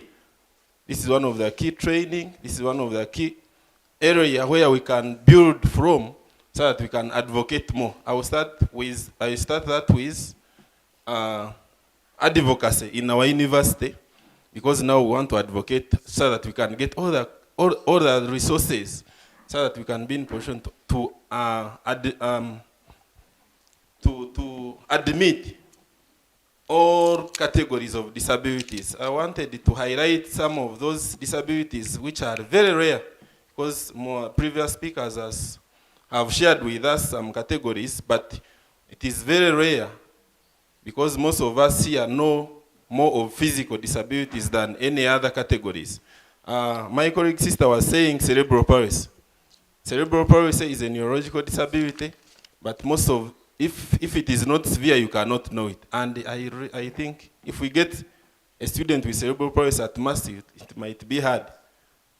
That's why we don't normally get them. Then another condition is spina bifida and hydrocephalus.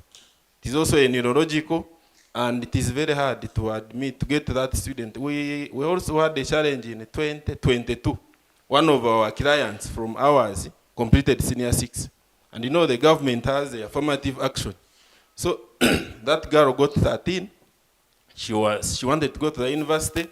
The family didn't have money because we are neglecting these learners, because they never expected her to be at the university or complete senior 6.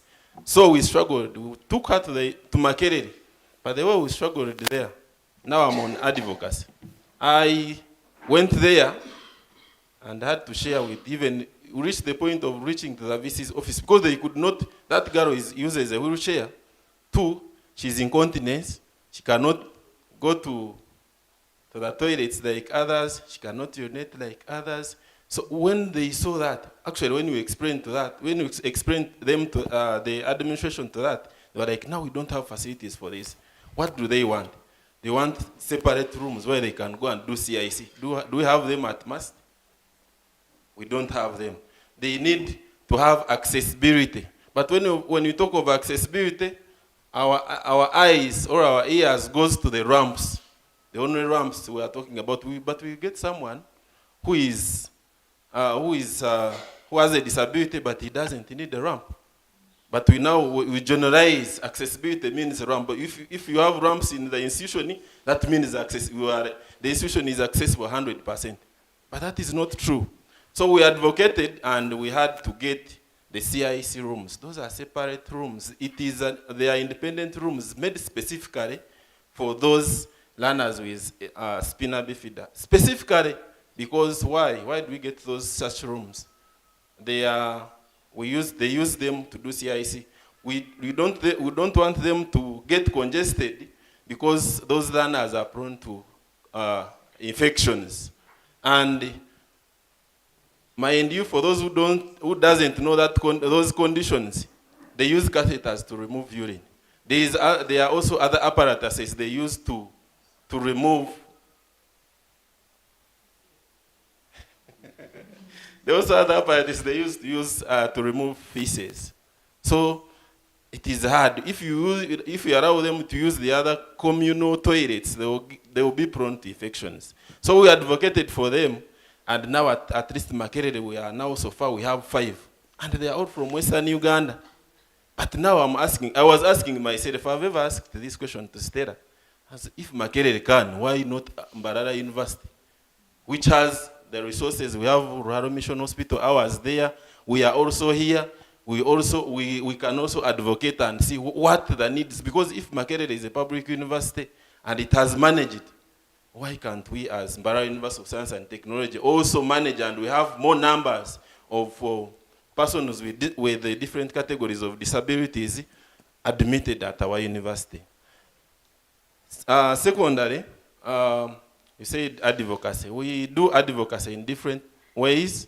One, it is through the government. Like as I earlier communicated, Mbarara University is under the government, went there and advocated. Two, we have an incoming grant. For those who don't know, we started advocating for this because, as my colleague sister was saying, we have so many children in our communities who are suffering. Those with severe disabilities, the families are abandoned. You find the child is abandoned with the mother. The mother stays alone. If even you give them the review date to bring the child to the hospital, the child will tell you, the mother will tell you, I failed to get the transport. But I'm sorry, I'm not using an inclusive language because we have our colleagues. Abaruga kakoba, tuina abantu binjo mu kakoba, cerebral palsy muri Mbarara kakoba nesinga yo mu nsasiri. Nganiza kushigamba. Tuina abantu abo ekizibu cyo kushanyara robwongo omuri kakoba, and I've been going there ninchira kuzayo munonga.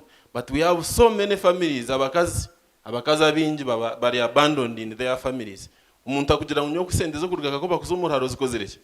Zimburire. Habwenchi ndoninga mbeche. The government has come up with a plan. At least they have announced it.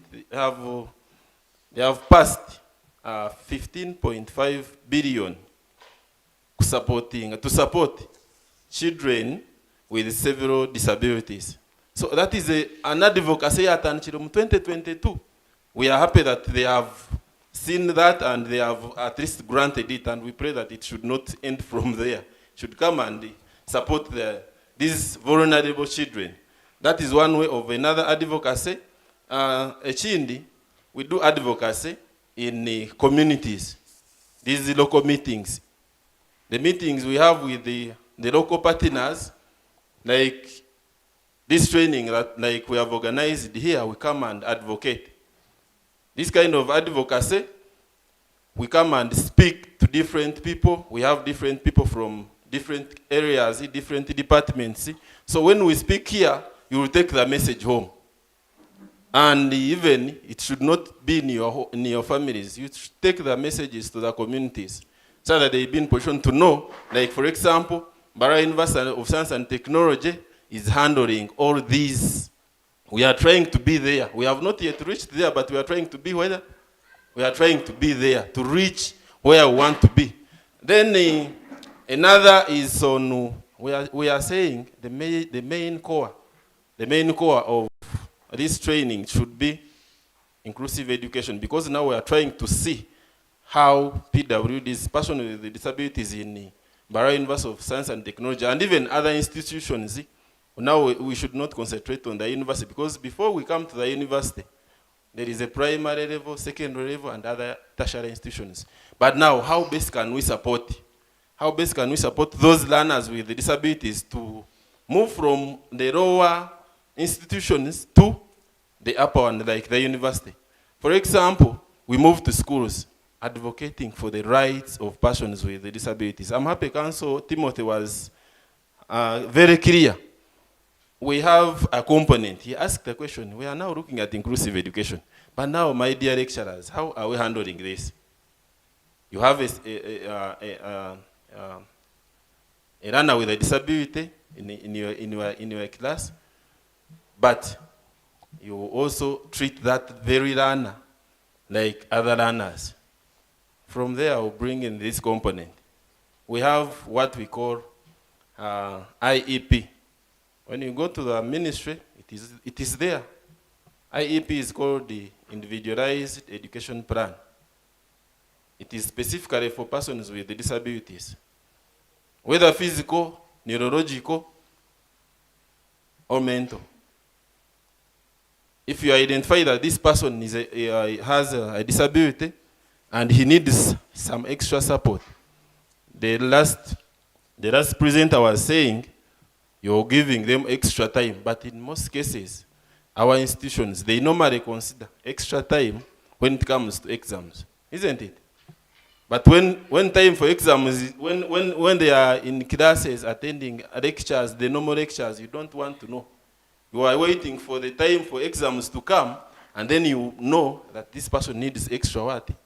Extra time, which is not the component of individualized education plan. When you do that, it should guide you. If you have a lecture in this department or under this course unit, you know I have so and so, he has a disability, he needs this attention. I will give you an example. I went to a class in one of the schools, and I found one of the teachers was complaining. I have this learner, but I don't understand him. And that one will bring us to the assessment protocol, the assessment procedure. So that learner, the teacher didn't know the problem that the learner had by then. He would give an exam, the learner would do questions from 1 up to 10. They are all correct. 15 to 20, or 10 to 20. If you're lucky, that learner will repeat the same answer, one answer. Then from like 20 to 25, that learner will just get them correct. Then after like 30, 35, you get them all wrong. Sometimes he would repeat the same answer. So if you happen to have that particular learner in your class, what do you think is the problem? You be thinking about that. So we had to share, and eventually we realized that in our institution, we normally receive learners, but we don't do what we call screening and assessment. Identifying the problems of these learners, understanding maybe to know whether they have a disability or not, because in most of our schools they concentrate on the physical. If you have a problem with your leg, that is what they can consider as a disability. The problem is your arm, maybe the eyes, but the other ones which are not seen, they don't consider them as maybe disability. So we had to advocate for the training. We advocated for the training within that particular school, went there, gave them a full day training, and I'm happy that by now, that learner picked up. She's now one of the best performers. She's now in P7. So why? Why was that done? Because at first the teachers didn't know what to do, and actually the concentration levels of that learner were very down. That boy could not concentrate for more than 30 minutes. And I think in our university, in our other institutions where we've come from, we have such learners. Whereby you have a learner in a class, he or she can concentrate for only 30 to 35 minutes. In primary, they say a single lesson is 45 minutes. But the other one who has such problem, it is a disability, but you cannot see it if you're not very keen. So you will struggle with that learner. That's why we have some learners in our schools. Someone is in a class, a single class for more than 5 years, because the administration, the teachers have failed to understand, to assess and know the problem of that particular learner. So that is one of the advocacy. And then advocacy, another way how we are doing advocacy is through the media. We do talk shows, radio talk shows in different areas. We are happy Mr. Charles here can witness the government has airtime on different radios here in Uganda, whereby we are entitled and we are allowed to go there and talk about the government programs, and of which even person with the disability is also part of the government. So when you go there and talk about all these that we are talking about here, you are advocating for the rights of persons with disabilities in one way or the other.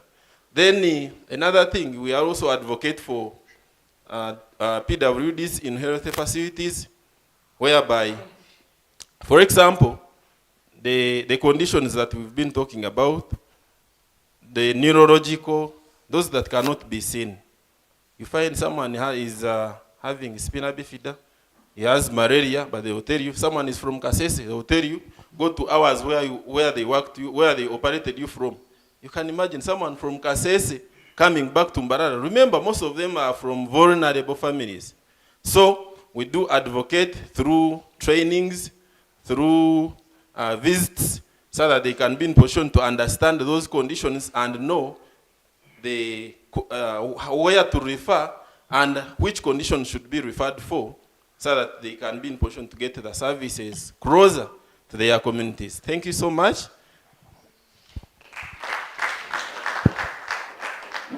Yes. So, as we advocate, make sure you are aiming at inclusivity. That's very key. So now, from the presentations that we got, some presenters talked about violation of rights for people with disabilities. And I think we are living with that. If in one way you have been a victim or you have been a perpetrator, we want to know, Madam Agnes, what direction can we take to ensure that we put to rest the violation of rights for people with disabilities?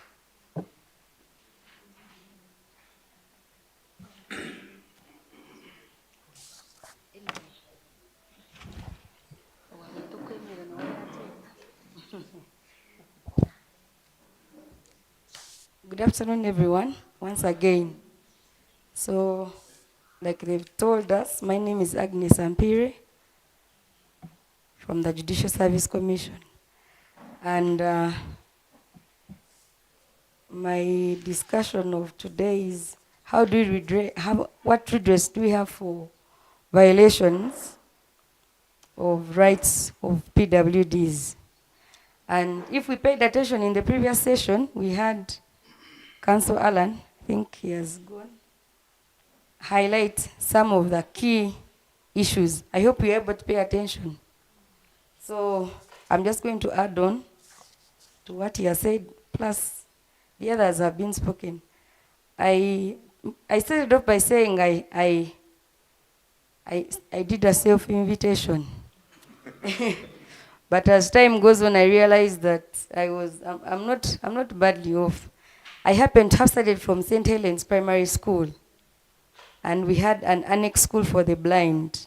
And we know their challenges because we'd sit in the same class with them. The school time is the same, lesson time is the same. You're supposed to, as they are doing their braille, actually it is the neighbor, who in this case maybe we can call a caregiver, who has no training.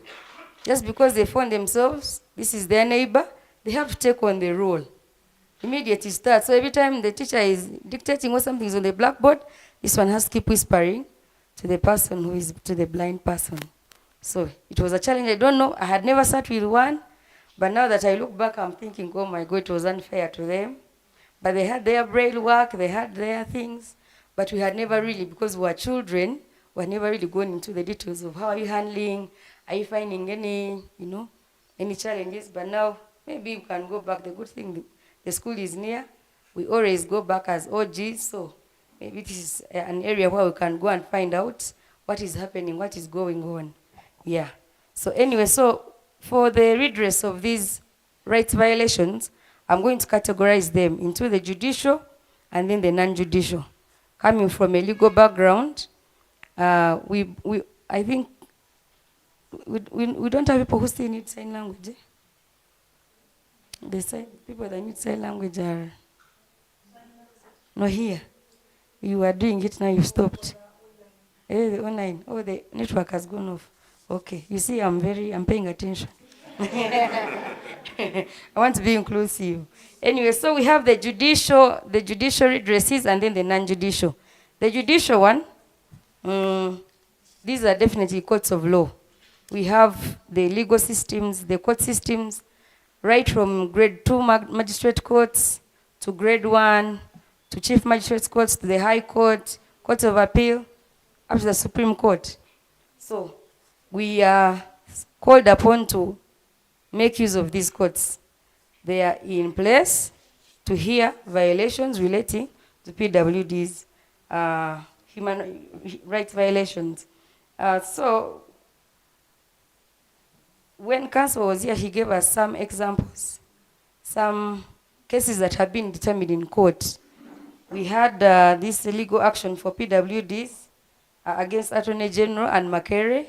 You heard what the court was talking about, demolishing these buildings or looking for a way to restructure them to be able to cater for PWDs. So the courts, how courts can help us is they can make declarations to say this and this is wrong. They can make these mandatory injunctions.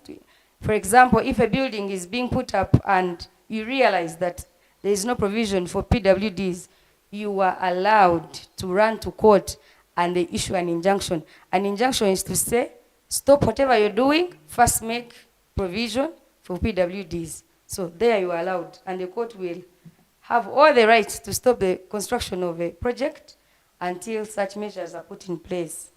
And when it comes to the now that is the judicial part, then we have the non-judicial part, which is the bigger one, because I don't know why people fear to take things to court. But if I can, from my assessment now, there has been a shift by the legal system. People's minds are now being opened up. You know, the mindset that people had about disability is no longer the same. People have realized this thing can happen to anyone. You can have a child that can end up being a PWD. You can have an accident yourself that you end up also being incapacitated. So we realize that it needs to be, the world has realized we need to be inclusive. So even in the Ugandan context, it's also now, coming up. So do not fear to go to these courts. The courts will be very, very willing to hear and attend to these cases. So when it comes to the non-judicial redresses, we have some of our commissions that someone can run to where you feel there has been a violation of rights concerning PWDs. We have the Equal Opportunities Commission. The Equal Opportunities Commission is mandated to hear, make an assessment of any violation that has been made, and even give, make a recommendation depending on what they've had. We happen to sit in the same office at the head office, Kingdom Kampala building, near UBC. They are our neighbors. I think they're on 3rd floor, we are on 8th floor, so we already see them. And we have to note that this incident, if you are to report an incident to them, it should be within 6 months of the violation. Don't wait. If you do it after a year, they will say, that is out of time. Because in law, the way people protect themselves in law, some of them put that, apart from criminal cases, we have that time limit. So the time limit factor can hinder your complaint from being heard. So it is good to report an incident as soon as it happens. Don't wait for it, because it might have cooled off. When something is reported immediately, there are so many things involved. Emotions, you may wait and the emotions have died down and people are no longer very interested. So maybe you need witnesses. I'll come to that point of if you're reporting such violations, both in court and also here. So we have the Equal Opportunities Commission, we have the Human Rights Commission. We know it is mandated to listen to concerns of torture and degrading treatment, but now this is not limited to PWD. So if there's torture or inhuman treatment of persons with disabilities, the Human Rights Commission is also a body that you can report to. We happen to have an office in Mbarara. They happen to have, I'm saying we because they are all jealous institutions, institutions of the justice, law and order sector. They are in, what is that road? Yeah, Lugazi, your branch of somewhere on that Fresco Road. I've ever seen their office. They are that side. So you can go and report. You don't have to wait to go to Kampala. Then we have these monitoring bodies. Among them is National Council for PWDs, which has a monitoring and compliance mandate. We have Nudipu. Then we don't have to go very far. We also have Mr. Wogere here. So Mr. Wogere, can you hear my complaint if I brought it to you concerning PWDs? Yeah, very much so. So we don't, even before we go to Nudipu, before we go to Equal Opportunities Commission, we have a chairperson of what? Of the council, PWDs Council in Mbarara. This is Mbarara District Local Government. I don't know whether the city has got one also. So I imagine all districts have. All districts and cities, they all have that one focal person. Very good. So you see, inclusion is we are getting there. So it is now, if it's mandatory to have that person, maybe that should even have been our starting point. That we can start with. Don't wait to say, oh, I don't have transport to go to Kampala. Maybe the person that wants to report the incident is, maybe they don't have the financial capacity. They are thinking of their transportation. So we don't have to go far. We can start from what we have, and these are the focal people at the district level. So practically, now, I've mentioned all these places that we can report to. Practically, what can you do to preserve evidence of that violation that happened to you that you want to report? First of all, you document the evidence. You people in law, the lawyers and the justice system likes things that are documented. You can't tell a story with words, but someone who comes with a picture and a video and a written document is way, way, way ahead of you. So make sure you document the evidence. How do you do it? Through photos, through videos.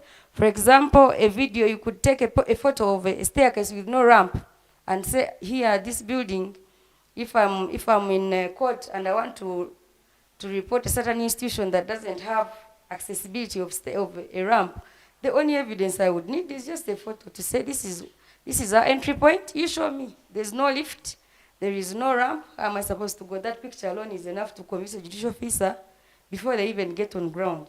Number two, it could be a video of maybe a service denial, if it is safe to do it. For example, it could be an incident where someone is denied a service because of their condition.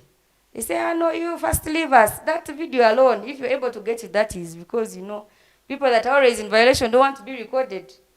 But if there's a way you can get it, that can be very good evidence and you preserve it. Of course, photos, videos, before they are presented in court, they always go through a process, but that is police. You just need a police officer. These people who interpret these things, they put in their system, then they interpret it. But it doesn't stop you from using your normal phone to record an incident. Then the other thing that you can also do is to have witnesses that were there when the violation was taking place. If you're lucky and they are willing to come to court and testify, well and good. Because I don't know why people fear court. Court is the same way we are here. As long as you're telling the truth, you see, it is only hard when you're lying. But if they call me to court and say, come and tell us what happened, if it is the truth, it is just flaws, naturally. We have to remember that judicial officers, remember me, I work with the judicial officers. We recruit them, we discipline them. And now when I see people fearing them with the way they're in court, now I remember how they be also in our court. Because now when you're disciplining, they be no more, they even be shaking. And I'm like, look at the people that these people be fearing.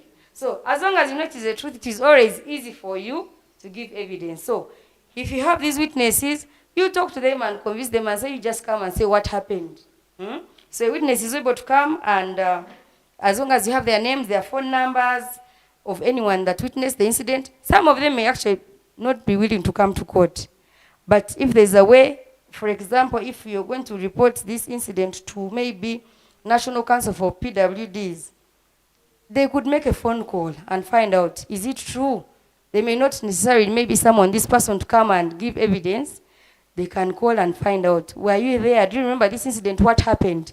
Because someone may say, me, I don't want to appear, but I can actually give my evidence on phone. Yeah, so just get us those witnesses. Then if you have any receipts, receipts or documents that show a violation. For example, I saw an example. I don't know how practical it is.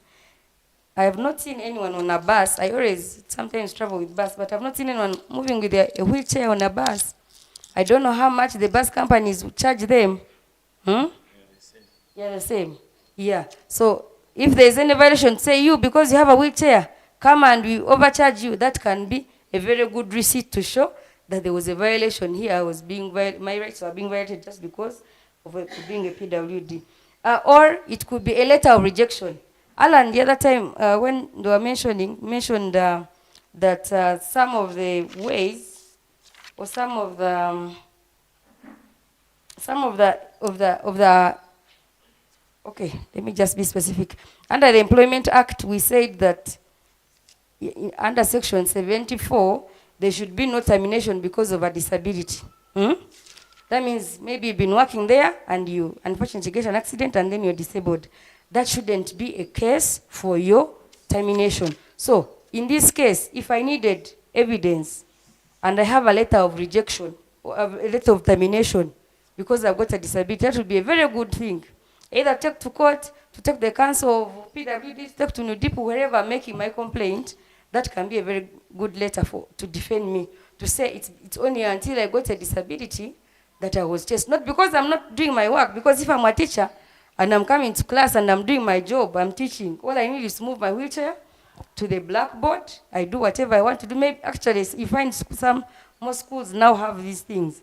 If I'm able to do my work, tell me exactly why you're stopping my work because of my disability. So that could also be a very good receipt to keep. That letter to say you have been terminated because now we feel, that letter can actually even be vague. When you look at it, there's really no, there's no meat in it. It's just observing you, but when you look at it, you find no merit in that letter.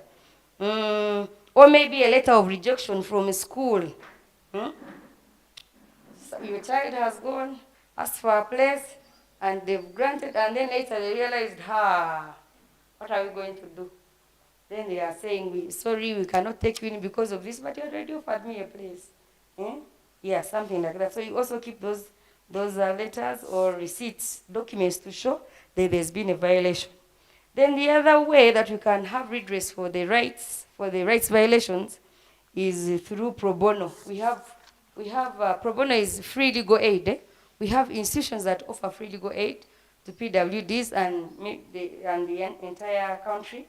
We have legal action for PWDs. That is the other NGO, I think it's an NGO, that sued Makerere, the case that Alan was talking about, and they are in Kisasi. We have FIDA Uganda. It also offers pro bono, means free legal services. We have Uganda Law Society. These ones are even here in Kamukuzi. Is it in Kamukuzi? Okay, near Electoral Commission, as you're climbing up. That's where the offices are. We have LDC, Legal Aid Clinic. They also offer free legal aid or pro bono services. Yeah, so those are also some of the institutions that we can approach and get help. Then we also have the other practical way is through advocacy. This one Mr. Bogere has really handled in detail. That let's continue to talk about these things as much as we can. Let's go to communities. Those of us who are able to visit once in a while, to visit those institutions where there are children with PWDs, we can go there. Even in communities. When I was handling that sensation that I told you about, I was told so many people are out there in communities, they've been abandoned. The family doesn't involve you in anything. They just say this one is just supposed to stay here. So we can get time and also go visit them, check on them, hear, listen to them. Some of them have actually even developed depression because now you realize you have been abandoned. The family thinks you are a burden. When they are going for a party, they say, Kati, you're like a burden. So, but if we can, if this advocacy can continue, we reach out to them, you find that someone can actually, have someone to be on their side, have someone to listen to them. Then we also have to harness the power of social media. Do we know about name and shame? And those of us who are on Twitter is one that is very cantankerous when it comes to these things. That the moment someone notices a violation, if I am an advocate for PWD rights, the moment I notice a violation happening and I have my phone and I can be able to take it, if I put it on social media like this, the whole world will know it. And you find that immediately, most times the institution will come out and apologize, make a public statement, because they fear social media.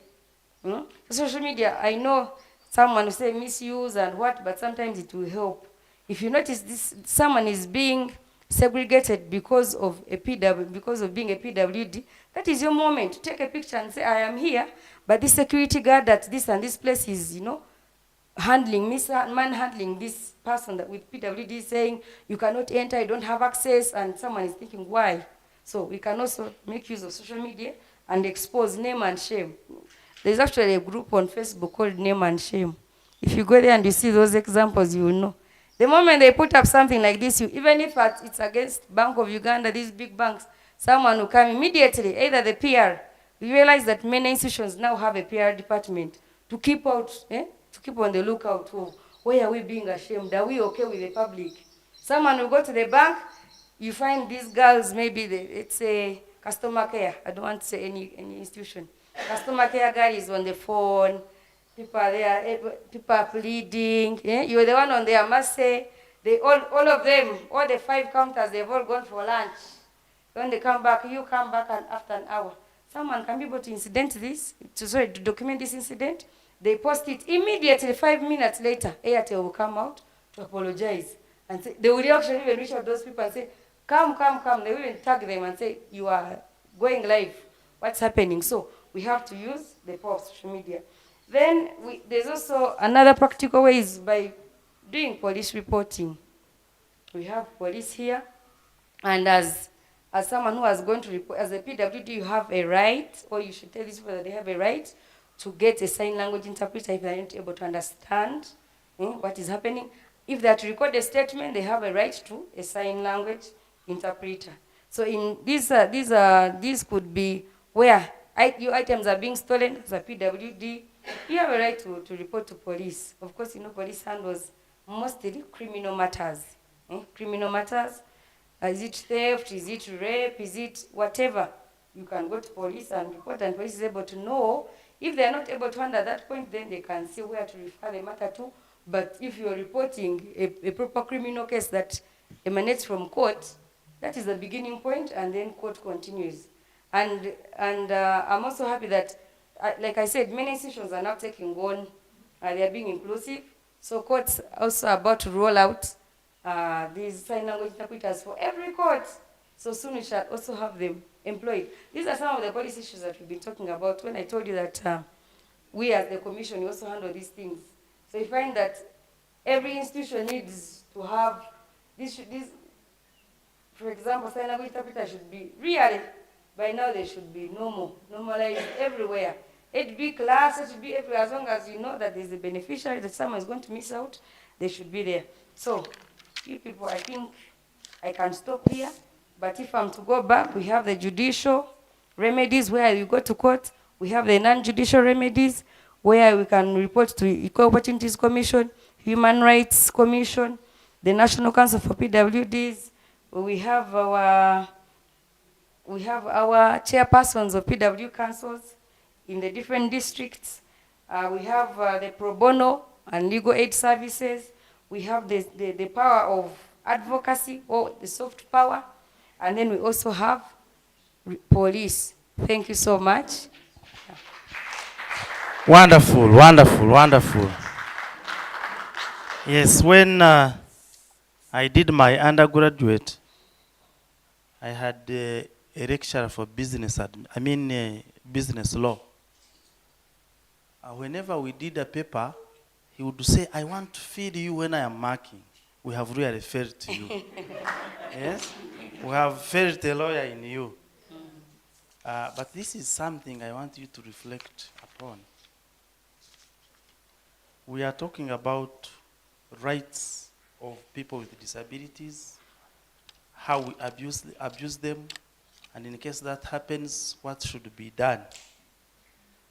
Have you met a situation where a person with a disability is the one in wrong? That is something also to reflect upon. And some of them want to use that as a cover. Okay? Because they are vulnerable, because actually recently it happened on campus. This person appeared on campus and, by all standards, he looked like a student. But within 2 days, he had conned about 5 people. And people were only looking at a person with disabilities, and they thought was just part of the community and, comes to your office, cries. And first of all, you sympathize with him because he's vulnerable. But he's on a mission. So, while we want to ensure that their rights are not abused, there are also those who hide under that pretext to also commit crimes. I am told we have a president of people with disabilities of MUST. Please stand up for recognition. Where is the president? Oh, thank you very much. And in a special way, we would like to recognize Mr. Ambrose Mojisha Kariu, the Dean of Students. We are honored by your presence and we are in your home. Whatever we are doing it because you have allowed us. Now, Your Excellency, here you are. Now you're representing all the student leaders. As a student leader, we want you to share with us how are you going to help people with disabilities, but specifically as a caregiver. Because before a student runs to an administrator, before a student runs to the chairman, LC1, they should start with a student leader. What is the position of this student leader? What role is he going to play as a caregiver for this person with disabilities to feel at home?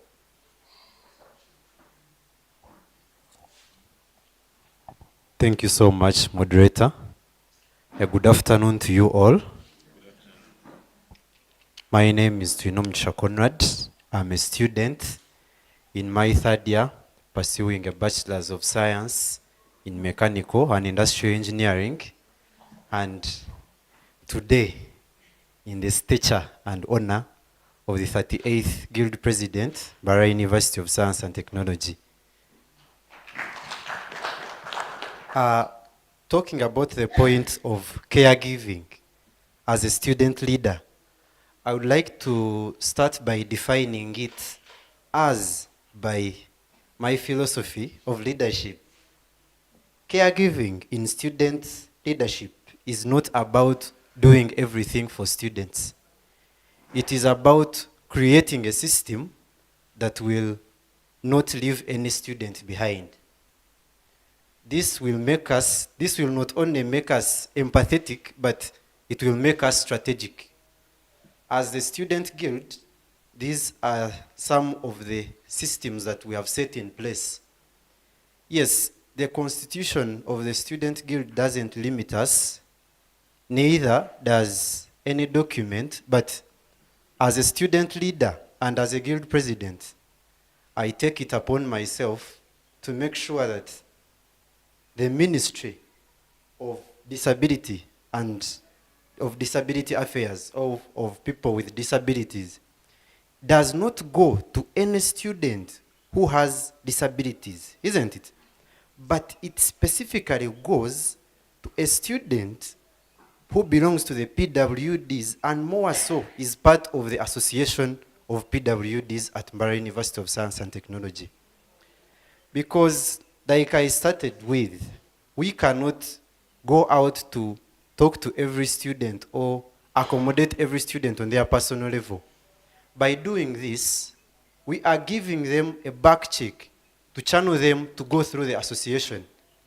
Any issue they have first, like any issue they have to address that is either affecting them or any changes they would want, it would be very credible and very vibrant for those students to go through the association. So this responsibility comes down as low as the association. We expect the association as a student guild to do enough research about every student with disabilities at Mbarara University of Science and Technology, have them in their database for proper representation.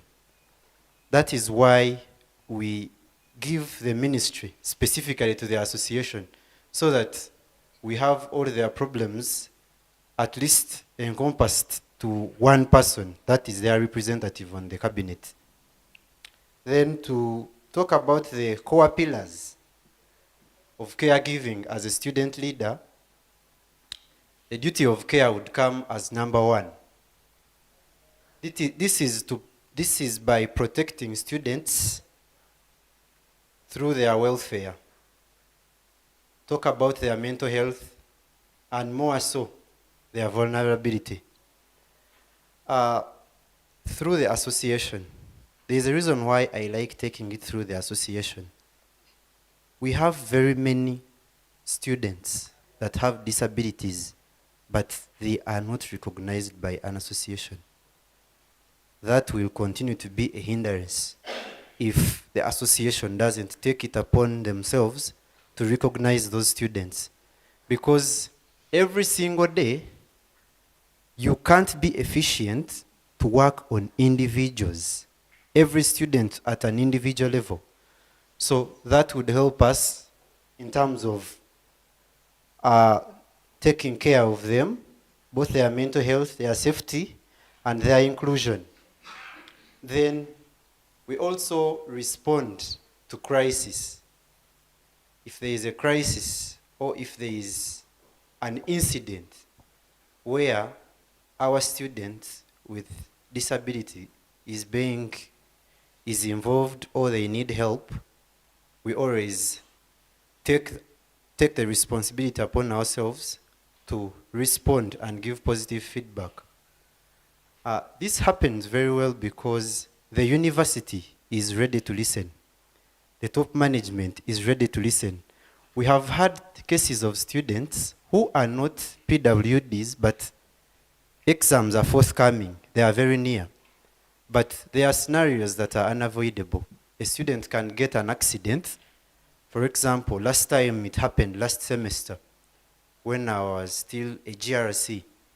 A student gets an accident, like they cannot walk to the examination room, isn't it? They are either admitted, they are being hospitalized, and they are receiving special care. So it is upon the leaders, the representatives, to take on the duty of letting the people that are responsible to know. We have an arrangement of special exams. Those people always get special exams in case you get an accident. But you only get those special exams when you reach out, when you inform the academic registrar's office. Of course, before any other office, we have to go through our father. That is none other than the dean of students. You have to inform these offices so that you follow the right procedures and the system cannot neglect you. So we always give them enough care. Then on the point of boundaries and sustainability, this is always a clash point. It has always brought issues among our leaders. And to stipulate it well, a leader is not, yes, this can happen on a personal level, but as a leader, I believe, you do not take the responsibility of being a counselor, a doctor, or a parent. I hope we agree on that. You do not take on the responsibility of being the counselor, the doctor, or the parent to these people.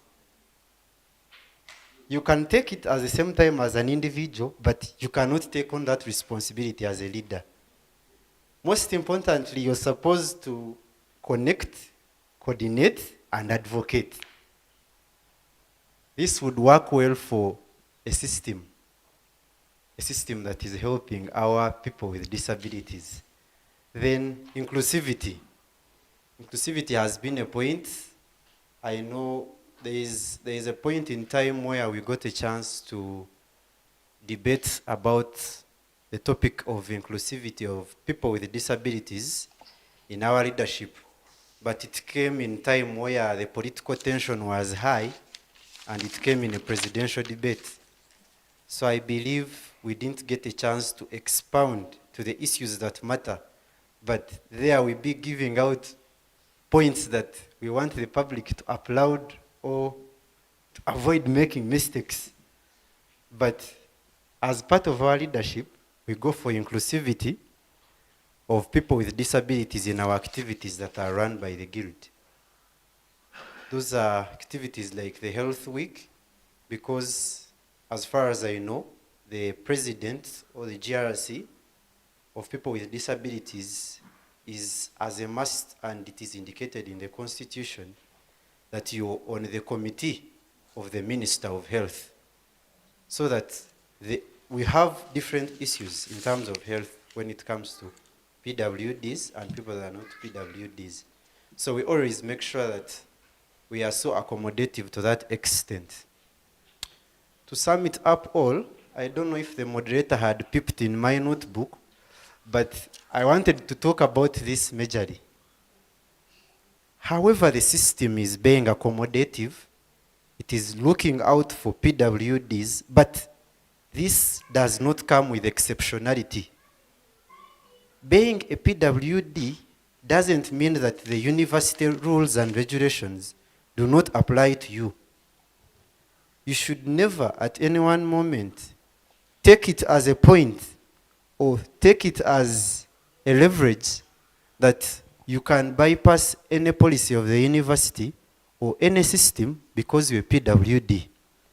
I want us to get this well to our PWD students that are part of the association, and I would be very happy if everyone, of course, like they had earlier communicated, we have people that still suffer that stigma, and we should also eradicate it.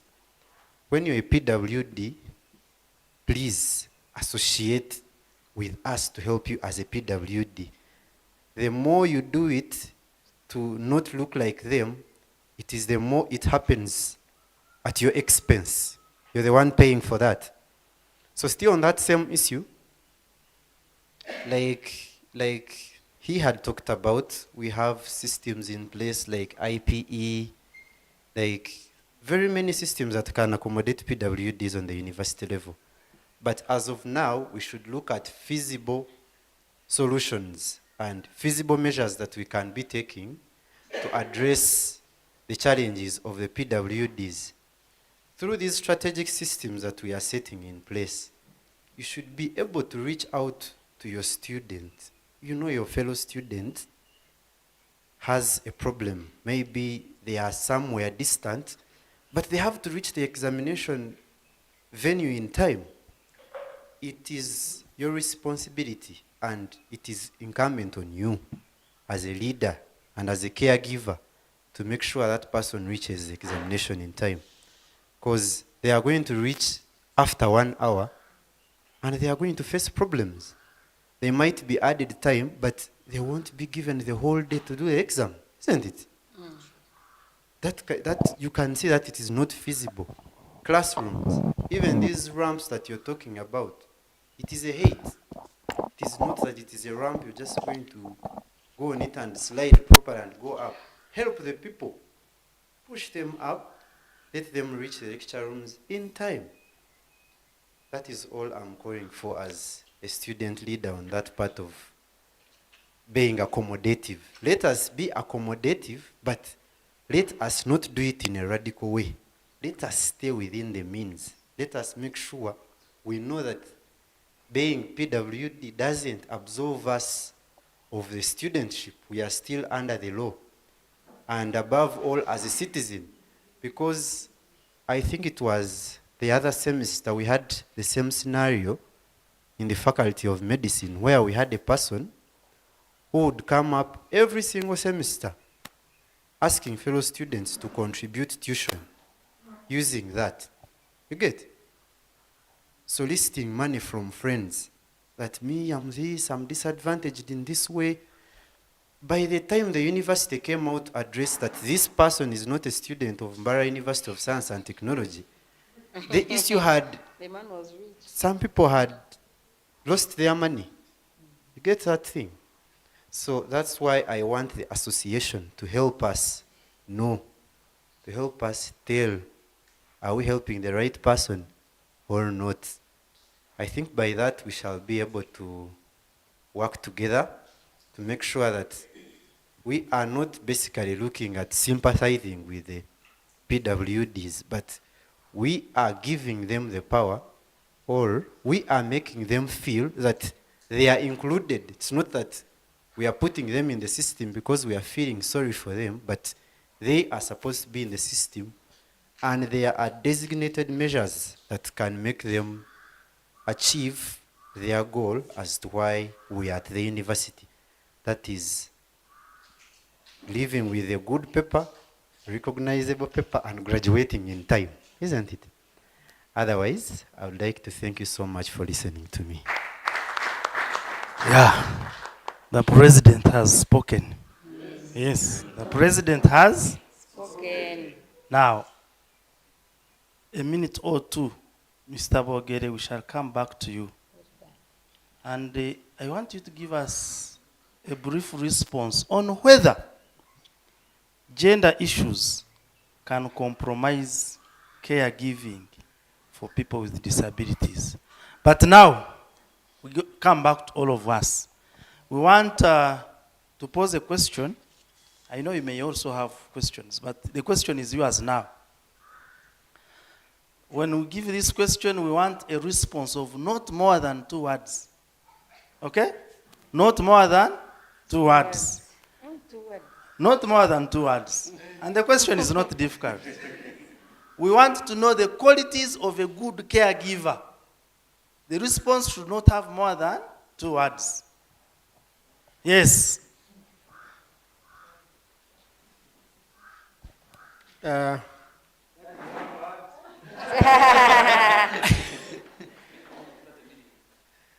Should be kind.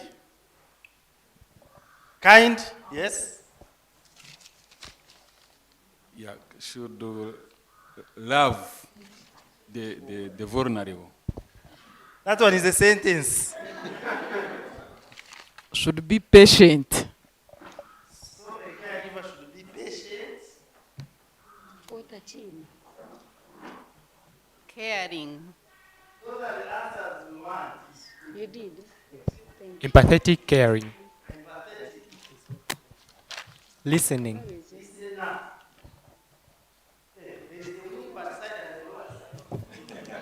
Confidentiality.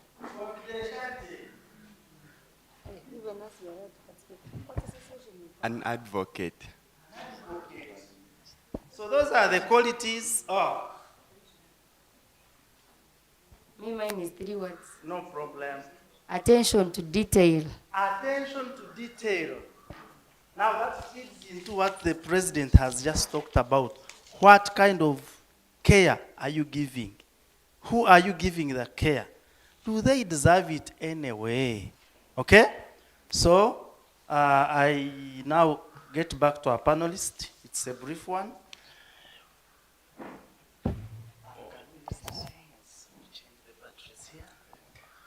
Thank you, the moderator.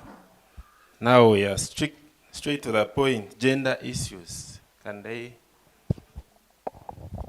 compromise caregiving? So I will say yes. Because there are so many issues in our communities that are related to gender issues, especially at the family level, and even at the community level. But mainly we start that at the family level. For example, if I have a wife, and the wife produces a child with a disability, so the whole blame will be attributed on the woman, especially on the side of the man. So these are the statements they normally make. But for us in our family, in our clan, we don't produce children with disabilities. And at the end of it all, they end up neglecting or abandoning the child together with the mother. And in so doing, the mother will face difficulties in providing the care, the real care to that child with a disability, meaning it might be hard to raise that child with a disability to be as one of them, or to be like us as we are here, because of the issues, the gender issues they had when that child was born. 2, we also had the stigma. Stigma, most of our mothers in our communities, it is very rare. It is very rare. Abakazaba, ineruhangu kuyaba hanjire. It's the way they were created. They are totally different from us men. Remember, was nyinji. It's very rare to get a case where a woman abandoning the child to the man. Very rare. Those cases are there, but they are very few. So you find when that abandonment occurs, the woman gets stigmatized together with that very person, that very child, or a person with a disability, whom the family has abandoned together with the mother specifically. So that kind of stigma will also lead that person with the disability fail to achieve all that he or she intends to achieve in terms of education, in terms of doing things that may be successful on him or herself. Then another thing, we have the community mindset, the community setup, whereby we have our communities which still believes in the ATS. We have the different families, they are at the level of the community, but they still have that belief of the African traditional society. So I also relate that to the gender issues, whereby you find that the community will produce, will have different categories of persons with disabilities, but they are not recognizing them. They are not recognizing them. So you are in a family, you are in a community, maybe you are a woman with a disability, but they will say, you are not allowed to do this. You are a man with a disability, you get a woman without a disability, they will tell you, for you are not going to marry this because you have this disability. So there are so many things that are attributed to this, but in mostly, some of them, actually most of them, they are mainly attributed to the families and the clans where we do come from. Then they end up at the community levels. Thank you so much. That's why people are clapping for you. Now, what he has just said, I think he didn't want to emphasize it for one reason or the other. But there are tribes which, in case they produce a child and they find they have any disability, they will hide that human being from the community and will never see that person. And for whatever reasons, but of course now, at this level, we may not go to the community. We're talking about the university students and staff. But I would also like to remind you that from a general observation, emphasis, Stella, this is yours. From the discussions, from whatever we have talked, a lot of emphasis is being put on a student, but little is being mentioned on staff. Now, questions? Thank you very much. Our presenters, we've been very grateful. I would supplement on something before I ask a question. One, it's the last question you asked Mr. Bogere about gender issues in disability. I think you never concentrated on some area which can be very, very sensitive. Imagine let me give it in an example, like an adoption. You take charge of a child and you're of a different gender. Do you think you can take advantage of that person? The courts look at that when they are considering adoption of children. That same thing also applies when it comes to gender and disability. Someone may find themselves taking advantage of the disabled person. So we have to also be mindful in the community. It's not about only hiding people, but also about compromising the disabled person's rights. I think we have understood. I don't need to go into very much detail on that one. So this question goes to Council. I want you to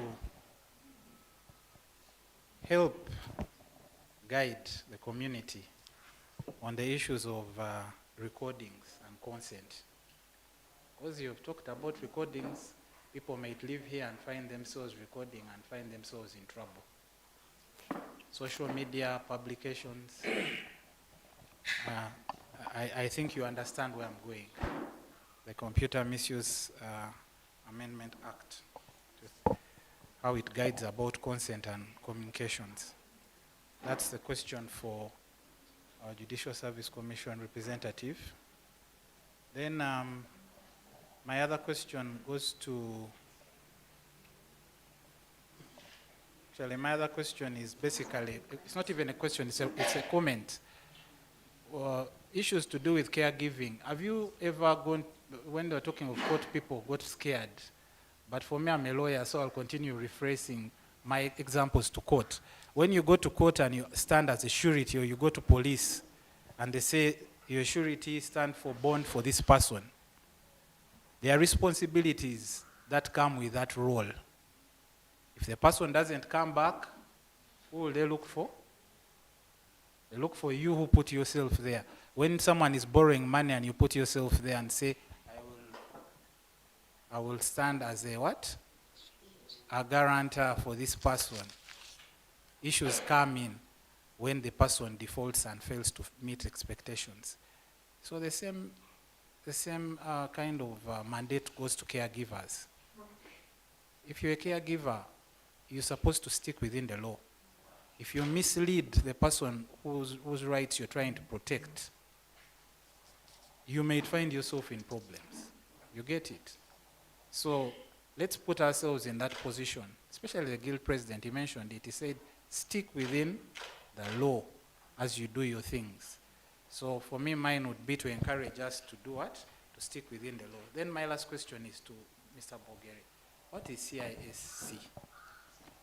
And how is it a disability tool?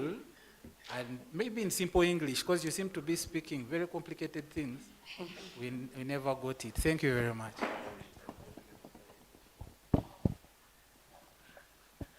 Okay, thank you so much. Maybe you allow me to respond first before she responds. It is, the word is CIC. It is, yes. CIC, it is called clean intermittent catheterization. And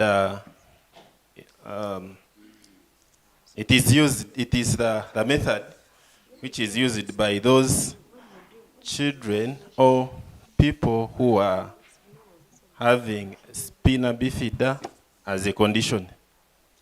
It is a disability, but due to that condition, for them, they have issues with their lower parts or the lower limbs. They are not functioning because there was a damage or the spinal cord was not formed well.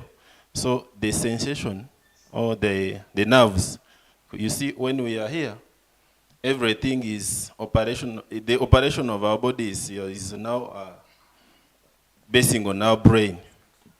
So if we have any other function, you do know stroke? Who knows stroke? Who has ever seen someone with stroke?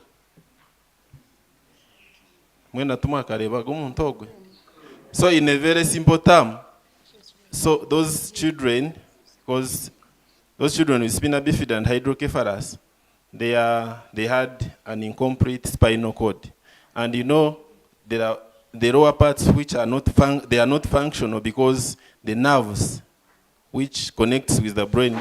For example, cancer, if you want to go to Susu, it is the nerves that goes and communicates with the brain. That now you know what, the bladder is full, you go and do what?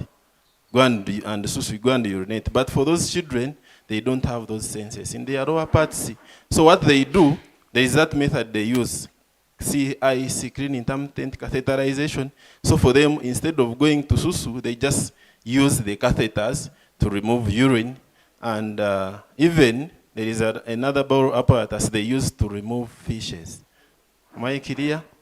Thank you so much.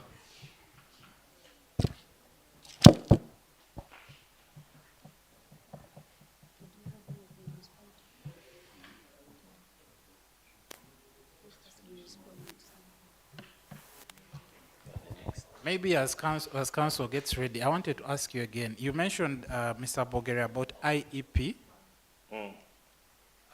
Can we borrow your mind on how we can incorporate this in our policies?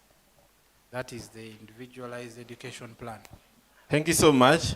For the individualized education plan, it's, I don't know how best we can incorporate it within our policies, but maybe to guide, it should be to, maybe to start with,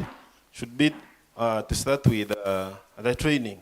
We train all the lecturers within the university, because now you're not going to put that thing into the policy when the people, the people concerned or the people who are going to implement are not in the know. So to start with, we need to organize a training for all the university lecturers to be in position to understand what the IEP is, what is done in that IEP, because as I earlier mentioned, it is common in primary levels. But you forget, after primary there is secondary. After secondary there is a university. Then after the university we need to go and work. But we consider it at the primary level and not even all the schools, because it has come in this, under this policy of inclusive education, but at the primary level. So I would request Council Timothy, you advocate that we have a training for all the lecturers within the university, give them the basics. Then after giving them the basics, we can now look at the means of incorporating it in the university policy. Thank you so much.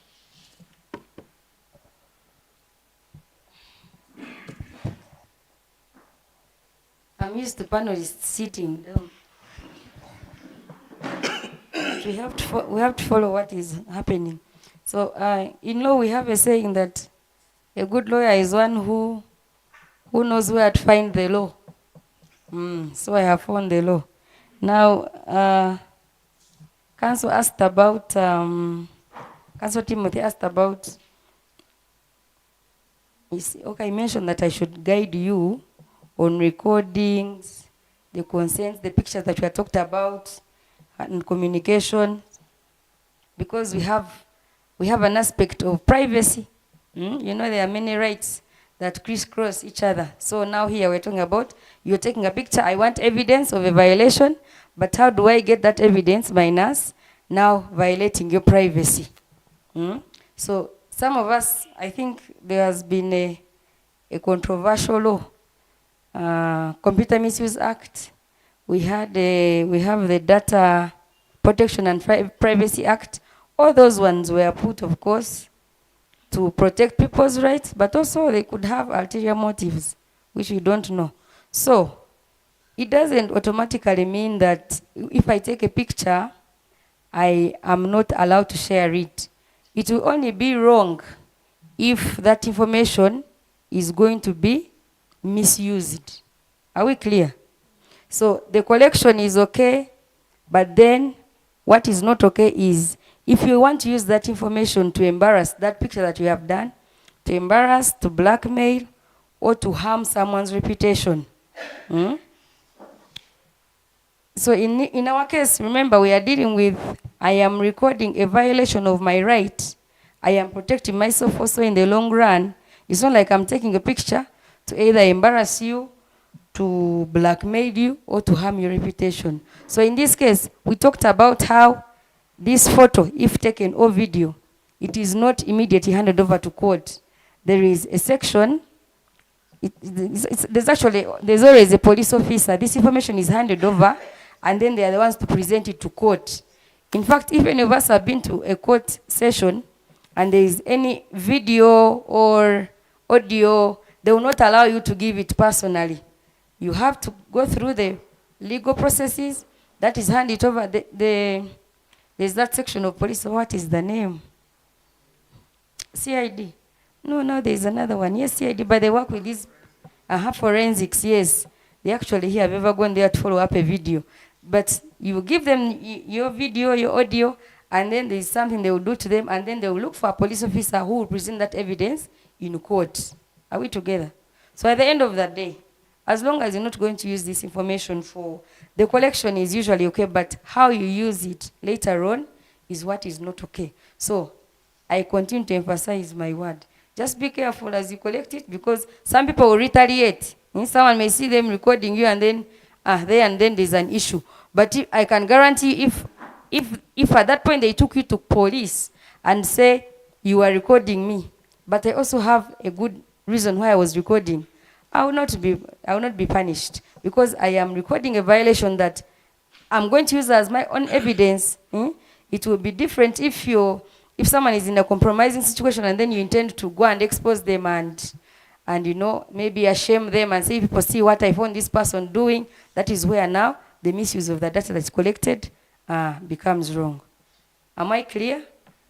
Okay. I think you can supplement. I can supplement because I have a bit of a worry on that one. And we have had court cases where some of our students have taken us on because of publicizing information. So the Computer Misuse Act is very clear. It says that under Section 12, it's a criminal offense to record another person's voice or video without their authorization.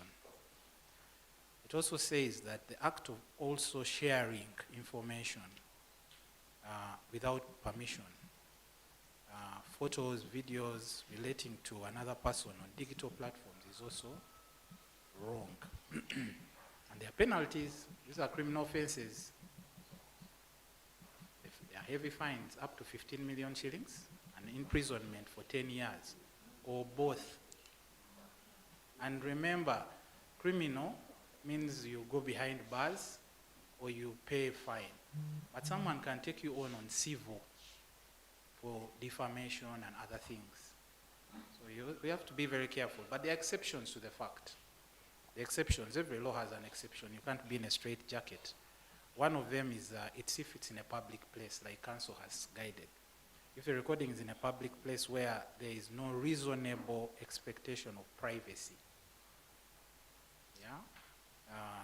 and maybe as council also guided, if the motive is not illicit, it's not to embarrass, it's not to to frustrate someone's reputation, permission might be granted. Also, law enforcement. An officer of the law and you suspect there is an offense going to be committed, you can actually do what? You can actually be given permission by the court to capture those recordings. I'm sure you know that some of your calls are not private. In case you mention certain things, they will follow you up and first find out whether you're trying to create insurgency in our country. Then evidence of crime. In some cases, courts may admit recordings made without consent as evidence if they are deemed in the interest of justice. The example council gave was that you might find someone, I think you've seen, we're having a discussion here, you've seen that video of some lady who was being harassed by the, it was all over social media, harassed by the, were they police officers? Yeah, police officers. The old lady, you saw, actually council even mentioned it internationally. Now people go on Twitter, on X actually, and they name and shame. They come out and say, Umeme, this Umeme place, now it's Light, isn't it? Light has never given us power for the last how many weeks. Then you see them coming very fast to check in on you. Sorry about this, what. That name and shame can work for you. In case it's the company is looking at business, it's protecting itself and stuff like that. And in this case, you can name and shame someone by publishing on social media. But you pray that person doesn't also decide to retaliate. Because lawyers can be saviors and also what? They can also take you on in the other way. The councils we have here, Judicial Service Commission, these ones will support you, they will give you the best. But there is always the other lawyer who is ready to defend even the person who has killed someone. I think you saw the recent case where, the recent case we had on TV where the gentleman was enjoying Minute Maid, relaxing after clearing some people. Yeah, but there were some lawyers who were defending him when the evidence was overwhelming, until the man went on defense and said, I did it by mistake. So what was the lawyer defending? But it's a right. It's innocent until proven what? Guilty. So we have to be very cautious where you're not so sure. Look for a leader, maybe the local leaders here. Look for the lawyers like her, the ones who have that mandate to go ahead and they know how to protect themselves. But for you, you might go there and you find someone who is not playing games, and you end up behind bars paying 15 million shillings, and on top of that, they are touching your assets because you're what? Secondly, when you come to gatherings like this, they have given us the mandate to make sure that if you're going to share these pictures, please get consent. Get consent from these people. Don't go publicizing their pictures just like that. Then tomorrow they are coming to the legal office taking us to court that for me I didn't come give you permission to use my picture. In fact, my wife didn't know I was here. They knew I was somewhere else. Now your publicizing has put me in problems. So let's make it a practice that we shall make sure we get consent when we're organizing these procedures. And with that said, members, is there anyone who objects to their picture being used in this gathering here? Because we intend to use them. I hope if there is anyone who objects, you raise it to Stella, Madam Stella, or the Dean of Students Office, so that they do not use your picture. Thank you very much.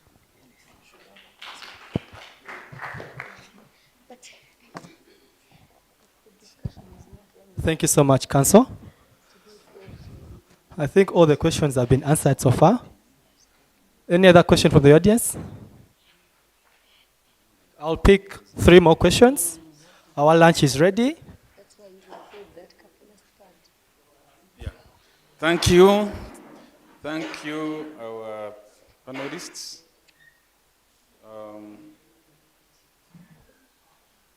Yes, my first question, before the question, persons with disabilities is categorized as one of the special interest groups, together with youth, elderly, and women. So, whatever we talk about persons with disabilities, we should have that one in mind, that this is a special interest group recognized by the government of Uganda. Now, because I saw and heard some people talking with confidence, but with authoritative language. I'm a member of the council. They assign one of the senior council members to mentor you. So when we are talking about these special interest groups, we don't talk with authoritative language. Before I went to council, I caused 2 strikes, which were very, very successful here. But when I entered the council, I have failed 2 strikes because of mindset change. So, one day I attended a function, Day of African Child. So when the guest of honor was speaking, of course, they had invited some children to entertain. And these are children from compassion-assisted projects. These are children, the project, it is funded by Compassion International. So when the guest of honor was talking, he said, I'm happy with these children. These are children from vulnerable families. We are helping them. Most of them, their parents died of HIV/AIDS. We helped these children. Some of them had no clothes. They were eating one meal. You can see now they are looking healthy. So children stood and walked away. Now, what kind of communication was that? So, caregiving. Organizers, thank you for organizing this training. Caregiving, I want to give one definition or two, but it is in the Bible. Those who are Christian, you can read Proverbs chapter 31, verse 8. Proverbs chapter 31, verse 8. It talks of speaking for the voiceless. And these are the vulnerable are the voiceless. Another quotation is in Exodus chapter 2, verse 9. It concerns Moses, those who read the CRE. It says, take this child and nurse him for me. So that is all about care giving. Now my questions. First question goes to the commissioner. We are privileged to have a commissioner with us here from Judicial Service Commission. Council Aaron said that in the law, recruitment should ring fence 5% persons with disabilities during the recruitment. As a member of the Service Commission, if you can share your experience, because I'm a member of the Appointments Board at MAST. And for us here, there is no staff that was recruited. So, how do you do it? I'm very sure in Uganda, the population of Uganda, 10%, actually 12% of the population are persons with disabilities, according to the recent carried out population census. 12%. So, as a member of the Judicial Service Commission, how do you do it?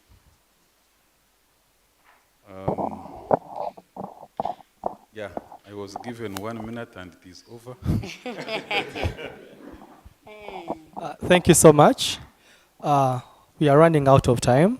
I'll take all the questions that you have at once. Judges are rather panelists. Sorry, panelists, please take note of the questions that are being posed to you. I'll take all the questions. Please let me see the hands up. And you only have 40 seconds to state out the question. So you have only 40 seconds to state out the question, and we hand over the mic to the next person. Thank you.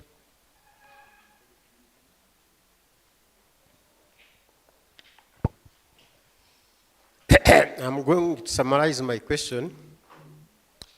I'm from the community, that is LC1 Kashanyarazi. The Dean of Students has said that they cannot accommodate all the students that are admitted at Mbarara University. So it means the community has also taken over and accommodate some students. Our lawyer there has said that caregivers should understand the laws. And our people there down, they don't understand these laws you are talking about. And this panelist has said that if we find someone is not catering for people with disabilities, you can even stop construction. Now, I have over 10 landlords in the cell who are who have students, including students with disabilities. My question is, how can we bring these people outside there who are not aware of the laws you are talking about? How can we bring them on board? Thank you. Yes, thank you so much. My name is Trevor Chiimba, and I want to dwell on, or I want to ask about the Computer Misuse Act, because there's a time where I had become a culprit of that act. And the question is, in settings like these ones, where you've been invited to an event, you've come by yourself, or perhaps an invitation was given out, and you had an option of saying no, but you accepted. Does such a law hold each and every person here taking pictures culprit for taking your images and publicizing them perhaps on their website or something like that? Why I'm asking is that we tend to have events through the club and we invite deaf people, and part of the things that we have to take as part of our accountability are pictures. Thank you so much. Thank you for that, Trevor. Any other question on this side?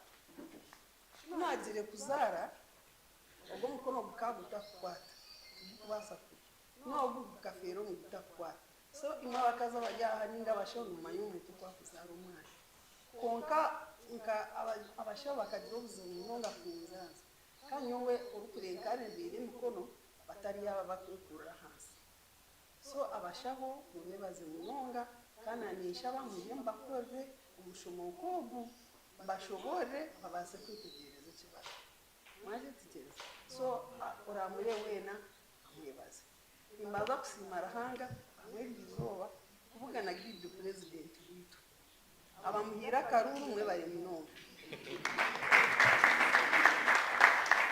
onga Mr. President kimukusha utaga munonga harayini yobwebembezi abo kuba government yo kutegekamo yo kuza kutegeka nayo ni ya NRM so wano ndangwe ibintu byagukurwe uze harayini ya basi kana ni mshaba na mzee yaza kurakira jende wacha tugereza sabo roya we bari munonga wacumiza n'ibinaka ngani mshaba neza kushaba kugire umushomo gundi etinde twatirine challenge y'abarema musasoro bwambo nyanko ruzungu ni kura ngati mpuruga ngati kawo cyo bwambo ruzungu tunagira ki mwe ndiyo muremo mu ruzungu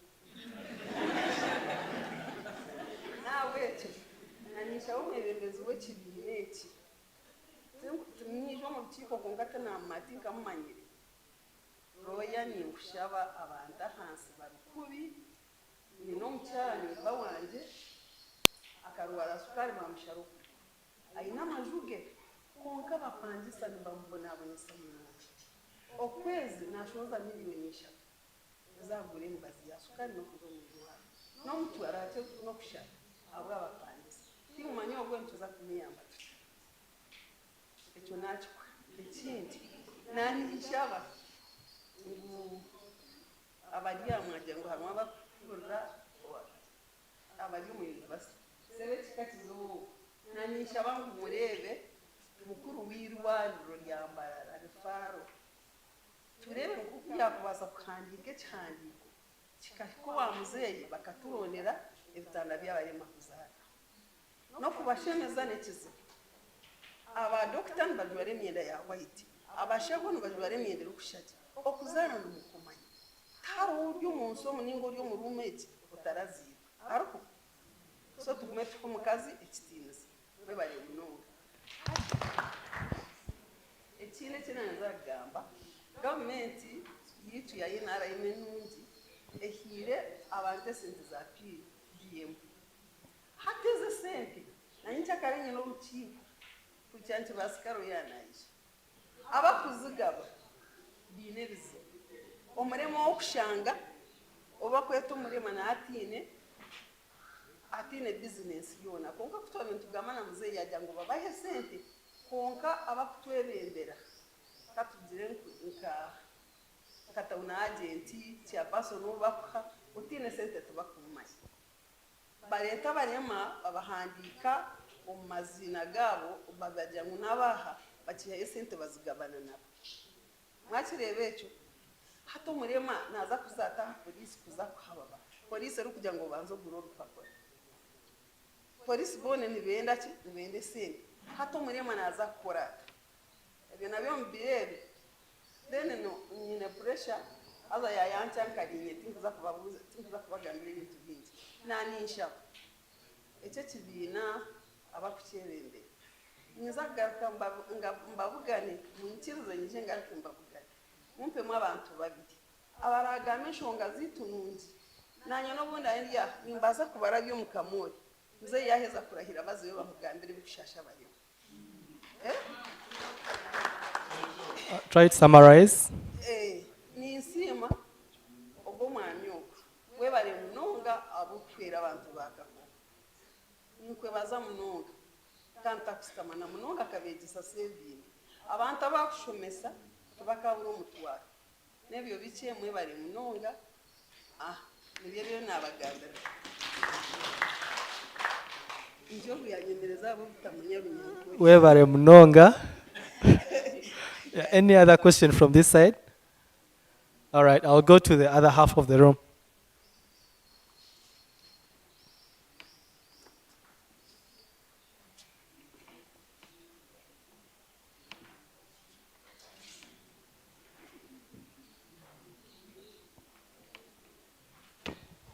Thank you. Thank you so much for everyone who has contributed, from our presenters to the panelists and all the questions that are coming up. Mine are not necessarily questions. I just have two or three observations. When Councillor Alan was presenting, he talked about inclusion right from the point of admission, not waiting for when the student is going to do exams. And I'm glad we have faculty registrars here who also double as faculty administrators to please take this message to your fellow faculty registrars and your faculties and other faculties that they should adopt inclusivity right from the point of registration. And also the challenge of alternative assessment methods. If a student cannot go to the bush to pick herbs for their laboratory, how can they be assessed? How can they be helped? And many other things that, so the issue, those two issues, I needed them for the faculty. And I'm glad the Dean of Students is here and PLO Timothy, who sit on management, to really, as we plan for recreation facilities at the Chumro campus, can we be mindful of this need? If we are to have a swimming pool, can we have an alternative for blind? Is it, they said, a swimming pool for the blind? Then my final comment is on the issue of taxation. Councillor Timothy, maybe you may need to guide. They were saying those taxes, if somebody has a disability, taxation 5%, when does it apply? When, you know, I don't know if the HR office is doing things in a wrong way, but for people with disabilities, what can be done? But I want to thank everybody for the... I also want to thank the guild president when he said not leaving any student behind. For me, that was a big catching statement, that not every student should move at the, they should move in tandem. We should support students to come on board so that they are all moving together. And the caution you gave to your fellow students, don't use your challenge to commit an offense. That is very, very important. I can go on and on, but thank you so much, and I wish you all the best. Thank you so much, Deputy Dean. I'll be taking 2 more questions, only 2. And let's try to summarize. Your hand was up earlier. Thank you so much. You'll excuse me, I will present while sitting. My concern is to whoever has the most audible voice to reach the government, probably the Ministry of Education. I've been in touch with some students of our category because I'm among them. Most of them do not progress from Form 6 or Senior 6 to the university, just because they struggle with 2 issues: tuition and then stigma, not showing up or not being in a position to present them in the audience the way they are.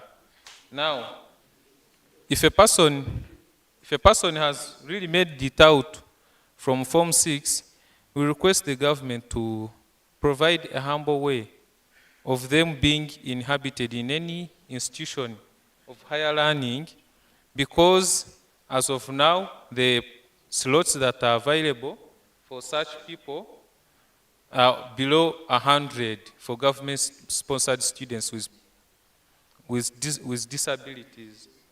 How about if they increase these numbers so that even that person who is saying, let me at least go, then take away the issue of the tuition, but rather find a way of fixing myself in such institutions or communities, and then I pursue my education. That would be a voice, and it will be most appreciated by them when they achieve. So thank you so much. Good enough we have notable leaders here who have presented well, and I think if this one is taken as an issue, we will have these numbers increase. Actually, even the issue of mobilization and creating awareness, yes, we have to work upon these things so that every student can equally be reached in that manner. Thank you so much. I remain Felix. Thank you. I'll be having a very last question from our Dean. Okay. All right. So Dean will conclude. 1 minute. Thank you very much. I heard the man that was here, he talked about misbehaving of people with disabilities, and never told us what to do for them as caregivers. So for me, I remained in suspense. What can I do when that person misbehaves? Thank you very much. And I want to thank you for allowing me to be part of you. Thank you. Thank you very much. All right. Thank you. I'll be handing over to the panelists. But before I hand over, I also have a concern. I also have a question. Earlier, when our Deputy Dean was sharing, she gave a testimony of one of our former students who was hard of hearing. And I would love to let you all know that currently we have 7 students with hearing impairment at Mbarara University, with 2 of them who are fully deaf. One of them is in the Faculty of Applied Science and Technology, and the other in the Faculty of Science. They have been admitted for close to 1 year now, and still they don't have sign language interpreters. So this is a call onto the university to see how we can quicken the process to see that these students can be included, to have interpreters for them. And then Council Timothy talked about jobs and internship placement for students with disabilities and how to set up a coordination office. I would still love to let us know that we already have an inclusion center proposal in place. And I think it was Madame Morin who talked about recreation facilities that are in plan to be constructed in Kihumro campus, town campus. How I wish this is also considered so that we have an inclusion center that will also house the coordination office. And even before that is in place, let us think of ways of how to have jobs and internship placement organized or situated or put in place for these students that have special needs. I'll be handing over to the panelists.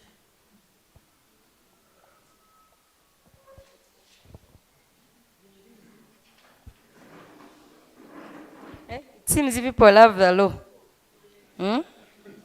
So, I'm the one who has the most questions. Anyway, let me start with, sorry, I didn't get the names, but someone asked me about the recruitment. Yeah, okay. Mr. Kakuru Charles.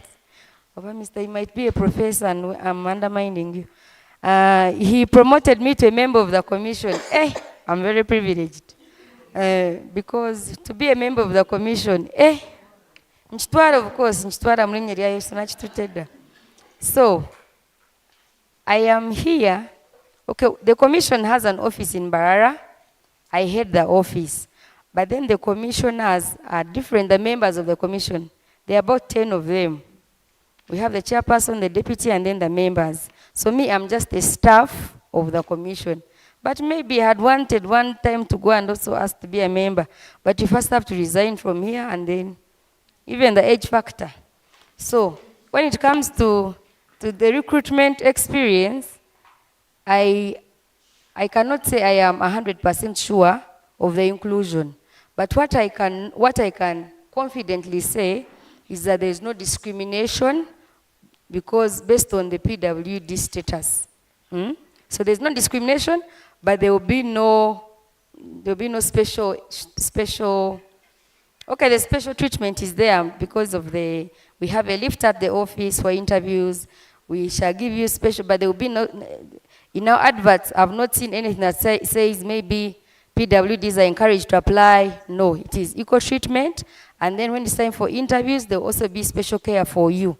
But maybe it is an issue that I should raise since I've attended this meeting and say, by the way, give people what is happening here. Do you have any inclusiveness when it comes to PWDs?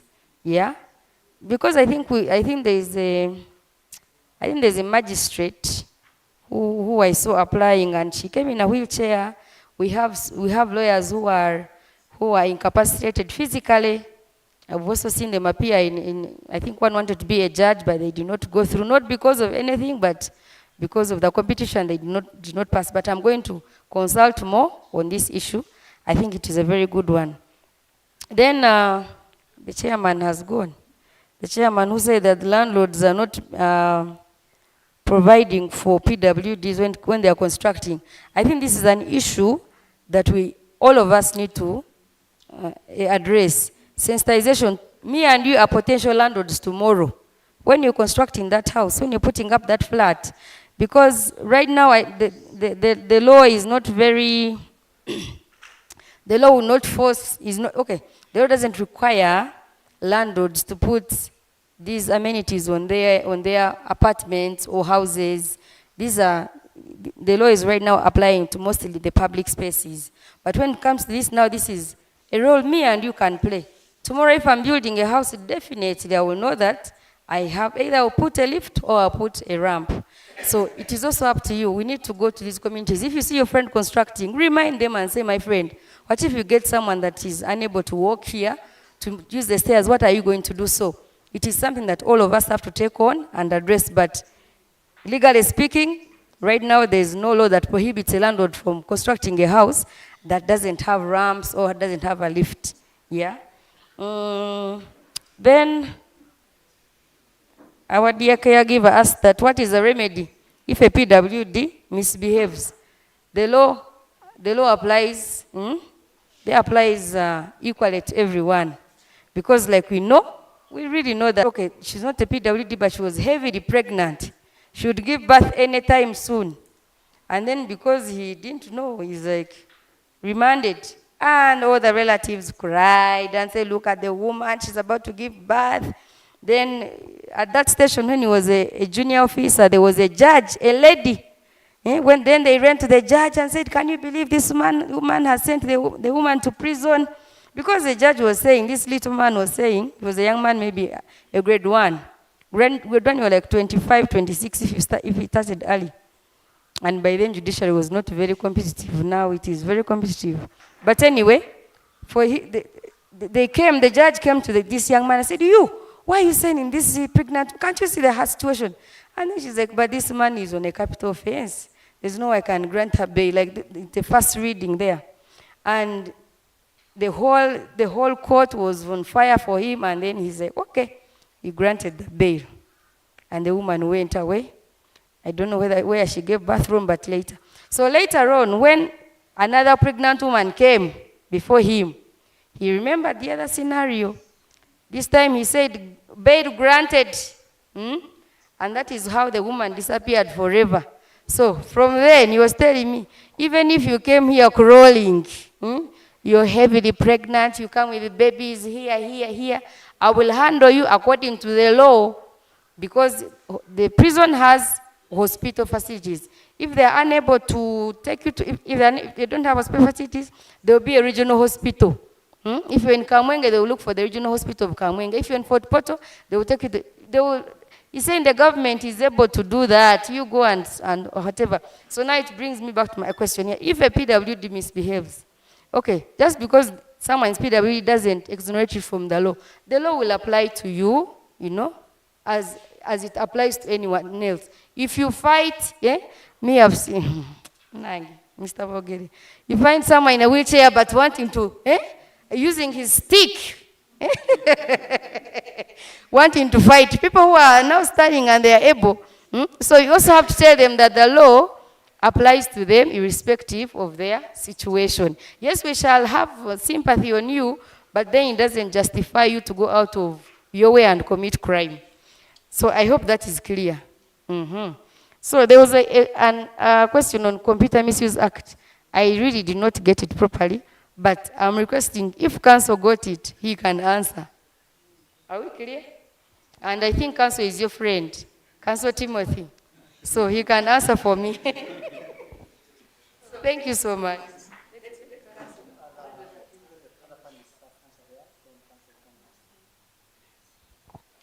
Okay, thank you so much. I think I have one question. No, two. Omuchara wakakoba. Ise yowagira ngu abantu ab'esente za PDM. Sente za PDM eriho ekintu ekiriho nikikorwa kugira ngu abantu abine oburema boona omu murika gumwe bakore group. So ate ebyo nyenda tukikore kugira ngu koraruga hano omanye abantu abo oyine. Then ekindi nyenda kugambira kugira ngu nimwe mukureta ebizibu abantu itwe twenyine ite tukubyeretera.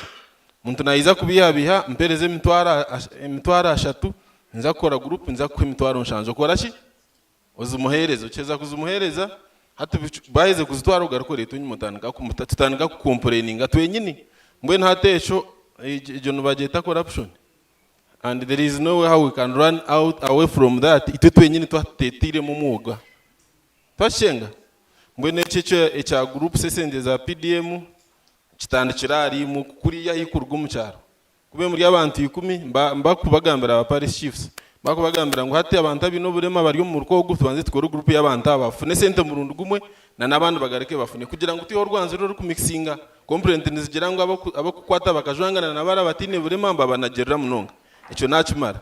So my colleague was saying we are struggling with senior 6 leavers, those who complete senior 6 and they fail to get tuition for the university and their PWDs. The government of Uganda has affirmative action. And that affirmative action, I want to assure you, it is working very well. Only that we are lacking the following. 1, we don't sensitize people. People don't, actually, the PWDs who are in schools doesn't know that this affirmative action exists. They doesn't know the criteria and the procedure. There are so many, there are around 10 PWDs whom we have supported through the affirmative action, and they have achieved, they have received the government grant, the university, in public universities. But the only challenge was, and actually the only challenge is, we people, we don't want to identify ourselves as persons with the disabilities. You want to be identified after failing to get maybe the tuition, and then you get to know that maybe there is something that you can be assisted for. But when you are in school, they tell you to feel. You start from P7, senior 4, senior 6, and then at the end of senior 6, you fill the job form. I want to tell you, if you know you are a person with a disability, you complete senior 6 and you didn't fill the job form, you cannot even surface on the list and compete for that affirmative action. So let's create awareness, sensitize the communities, sensitize the people that there is that affirmative action, and PWDs, if you have 2 principal passes, you qualify for the government scholarship, as long as you have 2 principal passes and you filled the job forms and the documents from P7. If you fill the P7 and you indicated that you have this disability, it has not changed. Senior 4 the same, senior 6 the same, and you filled the job form, at least you qualify. Thank you so much.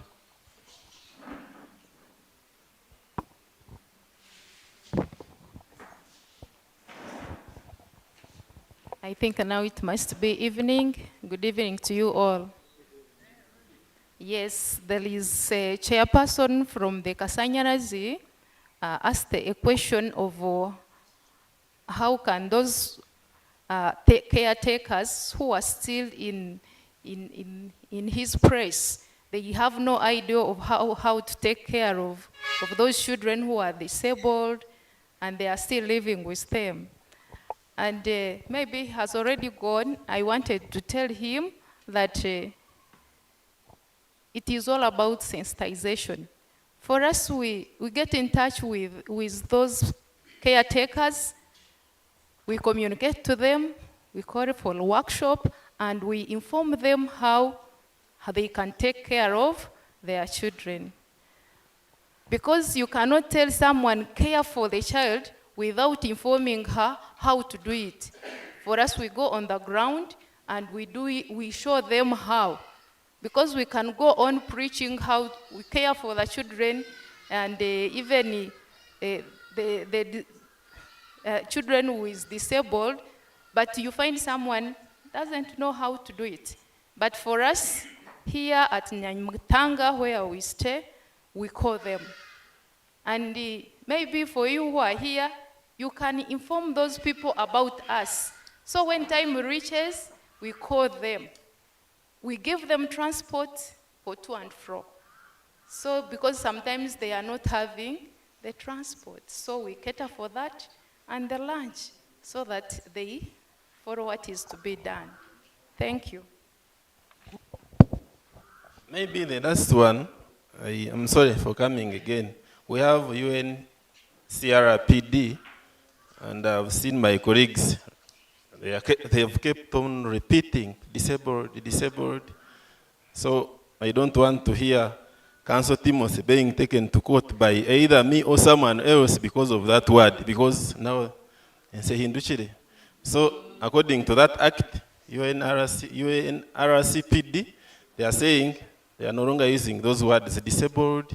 So you first recognize a person as a person, and then you add a disability, meaning we call ourselves as persons with disabilities, not disabled persons. That's why we changed from DPOs to OPDs. Thank you so much.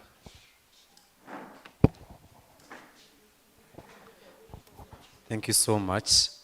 My final submission, because as far as I'm concerned, I didn't receive a question, but my final submission is to the student community, especially to the association. My humble appeal is, let us reach out to those students and let us get them under this association. because I believe it has higher bargaining power. In case there are grants or there is any help, it starts with the association, because I know it is privileged to be in direct connection with the Dean of Students office. So it is easy to mobilize and know and see where to help our students that belong to the persons with disabilities. Thank you so much. There was one issue ya mukadde.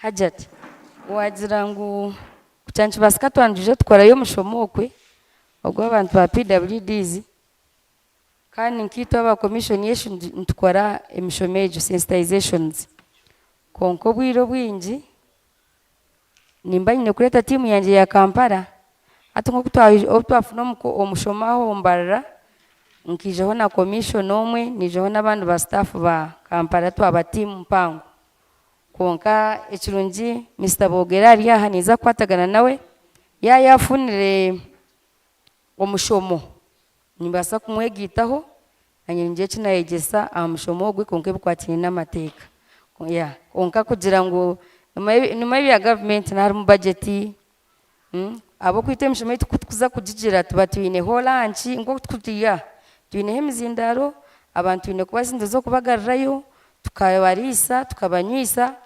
bakatebekana kaguma umwanya gumwe so tinkwasa kugira ngo hati nimbasa kugira nchaka entandike izo sente shayitinzini konka hari abantu bakugenda ekirungi hati twaiza kumanyana so one in opportunity yona for us we are always available ntujya tubegitaho nje twayegesa ebikwatina na PWDs konko mushomo murere mwagoganizingire mwakutwaza kugira ngo turinde gwito kuturorganizing ito commission nene savinga ihanga ryona district igana na so ayitukuza kwicira Mbarara kugaruka Mbarara hati obwire mbasa kwa bwagenzire onkani mbasa ko gita timwe zindi njire kinayegesa webale mnonga.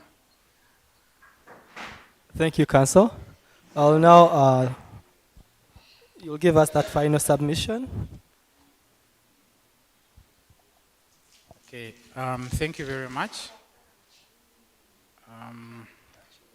Our former Deputy Speaker who asked about whether it's mandatory for you to seek consent in a public gathering. I hope I got that right. I had explained that in such gatherings, we are now making it a policy to ask for your consent to take your pictures, because we use them for purposes of what? Publicity also out there. It's also important that when you appear in a gathering and it's in a public place, they may not actually need your consent. Like you go for a public rally, it's in a public place, it's a political rally. If a picture is taken, you may not actually need to give consent. But for gatherings like this, which are by invitation, usually we ask for your permission. And again, I will repeat, if you have any concern about your picture being used, approach the organizers so that they don't use your picture in this event. I hope I've answered you. Yeah. Maybe one thing I picked from the organizers. You said you carry out a lot of engagements. Mr. Moderator, this question is yours. You said you carry out a lot of engagements and you are wondering how we can support you. There was a comment you made about moving and making engagements, and you thought MAST would come in also to help you out. My question is, when you go out to reach out to these public bodies and all those people you meet, do you do it officially? Do you go with the Dean of Students office or the Guild President's office? Because if you go on your own, then it becomes hard for us to come in to support you.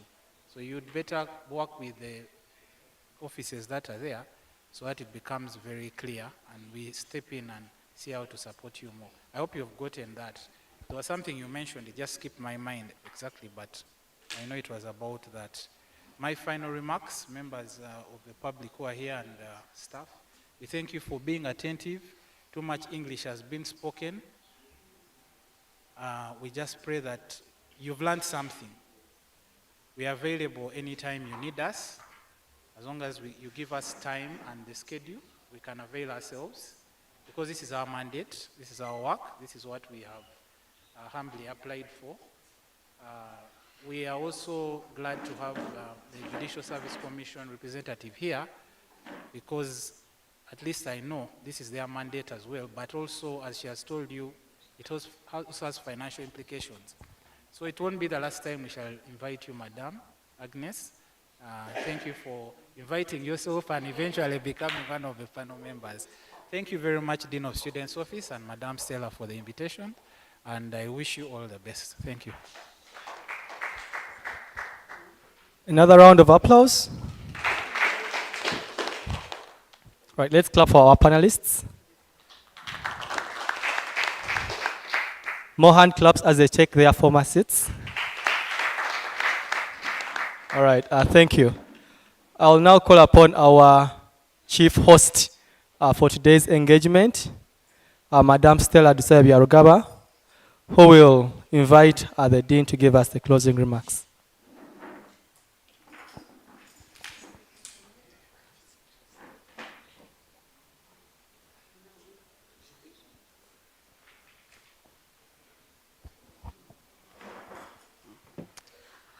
Thank you very much. And thank you very much, members, for being patient with us. Thank you for coming. When you invite people and they come, you feel very much privileged. I'm not supposed to say much because my duty was just to invite the Dean of Students to give his final remarks and closing remarks. However, there is something which I was asked, that why is the policy, everything revolving around students, not even staff? But I want to assure you, in Mbarara University, the policy is inclusive. It has staff and students, and in the numbers you've heard, we have students and staff, and they are all catered for as need arises. It's not one-sided, but for both students and staff. I thank very much community members. Muchara, Amina, Kanubi, I'm very grateful. These are members in the community who matter, and that's why you are here. You will take back our thanks to the all political wing and groups that you deal with. We thank you very much. Now, I'm privileged to call upon the Dean of Students, Mr. Ambrose Kariyo Mujisha, to give us his closing remarks. Thank you very much for being with us.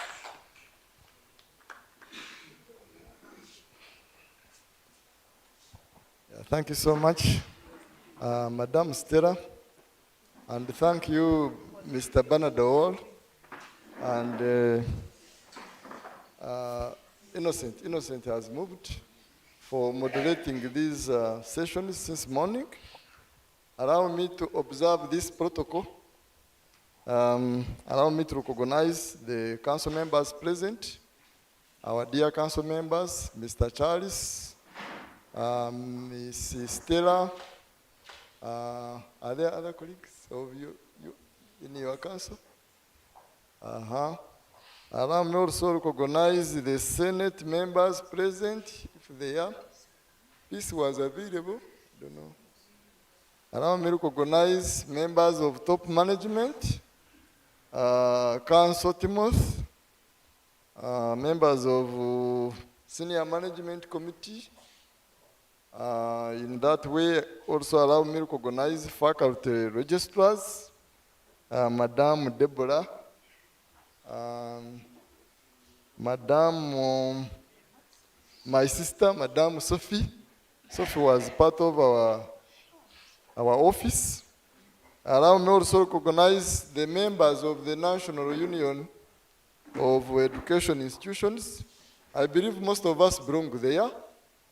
Allow me to recognize members of Senior Administrative Forum. Council member is, Council Timothy is a member. I am also a member.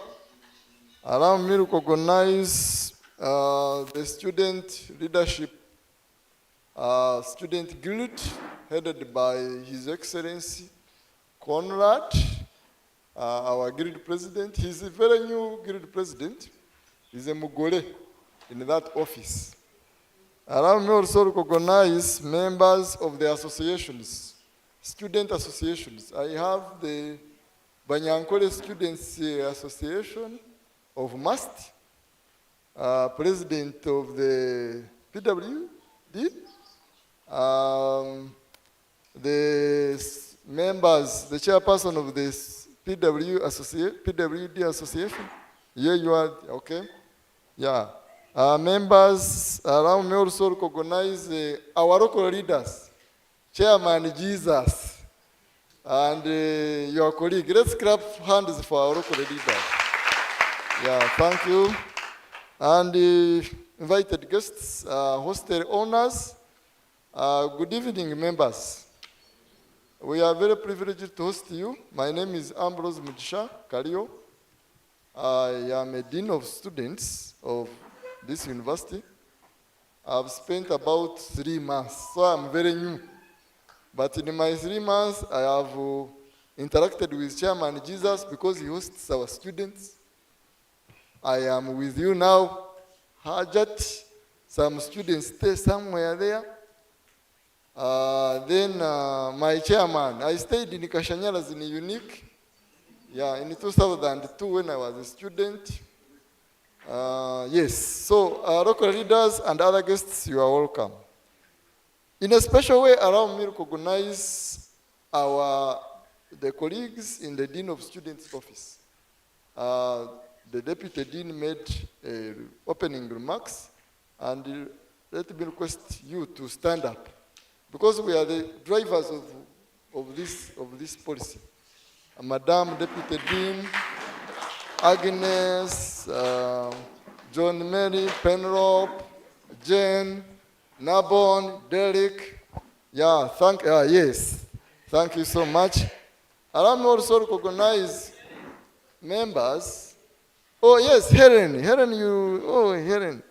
Helen works closely with Stella to drive this, to enhance adoption of gender and equity policy and in MAST for staff and students. So they are the actual hosts, really. They are the planners. Allow me to recognize today is caregivers, not so? There is Brian. Please clap for Brian. Thank you. He does this, and he has trained most of us to interact with the students using sign language. We have also our colleague, a lecturer in the Faculty of Business, Madam Sheila, yes. Yes. Thank you so much for continuing support. And Nabon also does the sign language, not so? Yeah, so these are the fellows who really do most of our, who? Oh yes, Charlotte. I was wondering, yes, Charlotte. Thank you so much, Charlotte. Yeah. So these are the people who do the enhancement, who who change our mindset towards our colleagues with who have disabilities, right? So in another special way, allow me to thank Council Timothy. I know the presenters, most of them are hinged on you. All the presenters who presented, the panelists, you also presented, Madam Commissioner, I also want to call you a commissioner. Yeah, the first cut is the deepest, the first word to hear was commission. So you are a commission. Our friend Mr. Bogele, there is a council who was speaking when I was coming in. Let's clap for them, because they are the ones who, yeah. We thank you on behalf of MAST. We thank you for facilitating this function and for guiding us. We believe that we will move out of here when we have changed the mindsets when we are able to, whereas you may have but you will go slow. You will not really use the ego that we are having. And that's the purpose of continuing learning, continuing interaction on matters which you do. So we thank you so much, Council Timothy, for the guidance, because generally we are looking at the policies, and they are the authority in the policies, right? Yeah, I recognize the associations, but I saw the hands that speak club. Please stand up, President and your chairperson, your vice chair, Faith. Yeah, thank you. We have been having sign language lessons, Madam Hajat. We have been having sign language lessons for including even the community members outside must. So, and the sign language lessons, those students thought that they could create a club to energize the lessons and also mobilize more students so that they are able to spread the gospel to more other students. And I believe now he's looking through the faculty, how their faculty can help, like what we are saying, doctors should be, health professionals should be taught certain things on how to handle people with what? Disabilities. And he's doing something positive towards that. And I want to thank you, Mr. Trevor Chiemba and Faith, for those initiatives. Please go on. Yeah, there are other students who are here. I have recognized you. When I recognize the student grid leadership, you know that you are part of it. And that is it. So, as must, me and Stella and Helen, we have characterized, and this goes to our dear council members, we have characterized our students and staff to determine how many are there with disabilities. Then what kind of assistance do they need? So going forward, we should be able to really assist these students. We are in partnership with the Korea International Cooperation Agency, where we expect support in the form of ICT assistive devices. Laptops that can, or devices that can use internet, but can help the student to learn properly. And also go with others. Be move with others. So we believe that we should be able to remain and become a vibrant, inclusive society. Otherwise, I want to thank you all for listening to me, and I know you are very tired since morning, so I want to hand over to the master of ceremonies so that he tells us the way forward. I thank you so much, and I speak this for God and my country. Succeed we must. Thank you. Thank you so much, Dean, for that, for the closing remarks. It's usually not proper to come after the big person has spoken, but I've not come here to communicate more, except to tell you that our dinner is ready. Yeah, so I would love to call upon a volunteer again to give us a closing prayer for this session. Then we shall move out and have our meal. A lady to give us a closing prayer. Oh, sorry. Earlier we had, okay, it's okay. All right, thank you very much. My name is Miracle, and I'm in the Faculty of Science. I'm in my year 1. I do a Bachelor of Science with Education, and I'm the coordinator on the Persons with Disabilities Association. Let's humble ourselves and pray. Father, in the name of Jesus, I thank you for this beautiful time that we have gathered in this place. Thank you for the beautiful message that was shared, King of Glory, from the different speakers. We pray that it does a good work in us for the betterment of the people with disabilities that we take care of, and for the goodness of the community at large, that we continue to live under your grace, even as we leave this place. Those that are going to travel, that you continue to travel with them. You move with them wherever they shall go. Pray for our leaders in this house, that you continue to enrich them with the wisdom that comes from you, that they continue to lead us, King of Glory, in a proper way.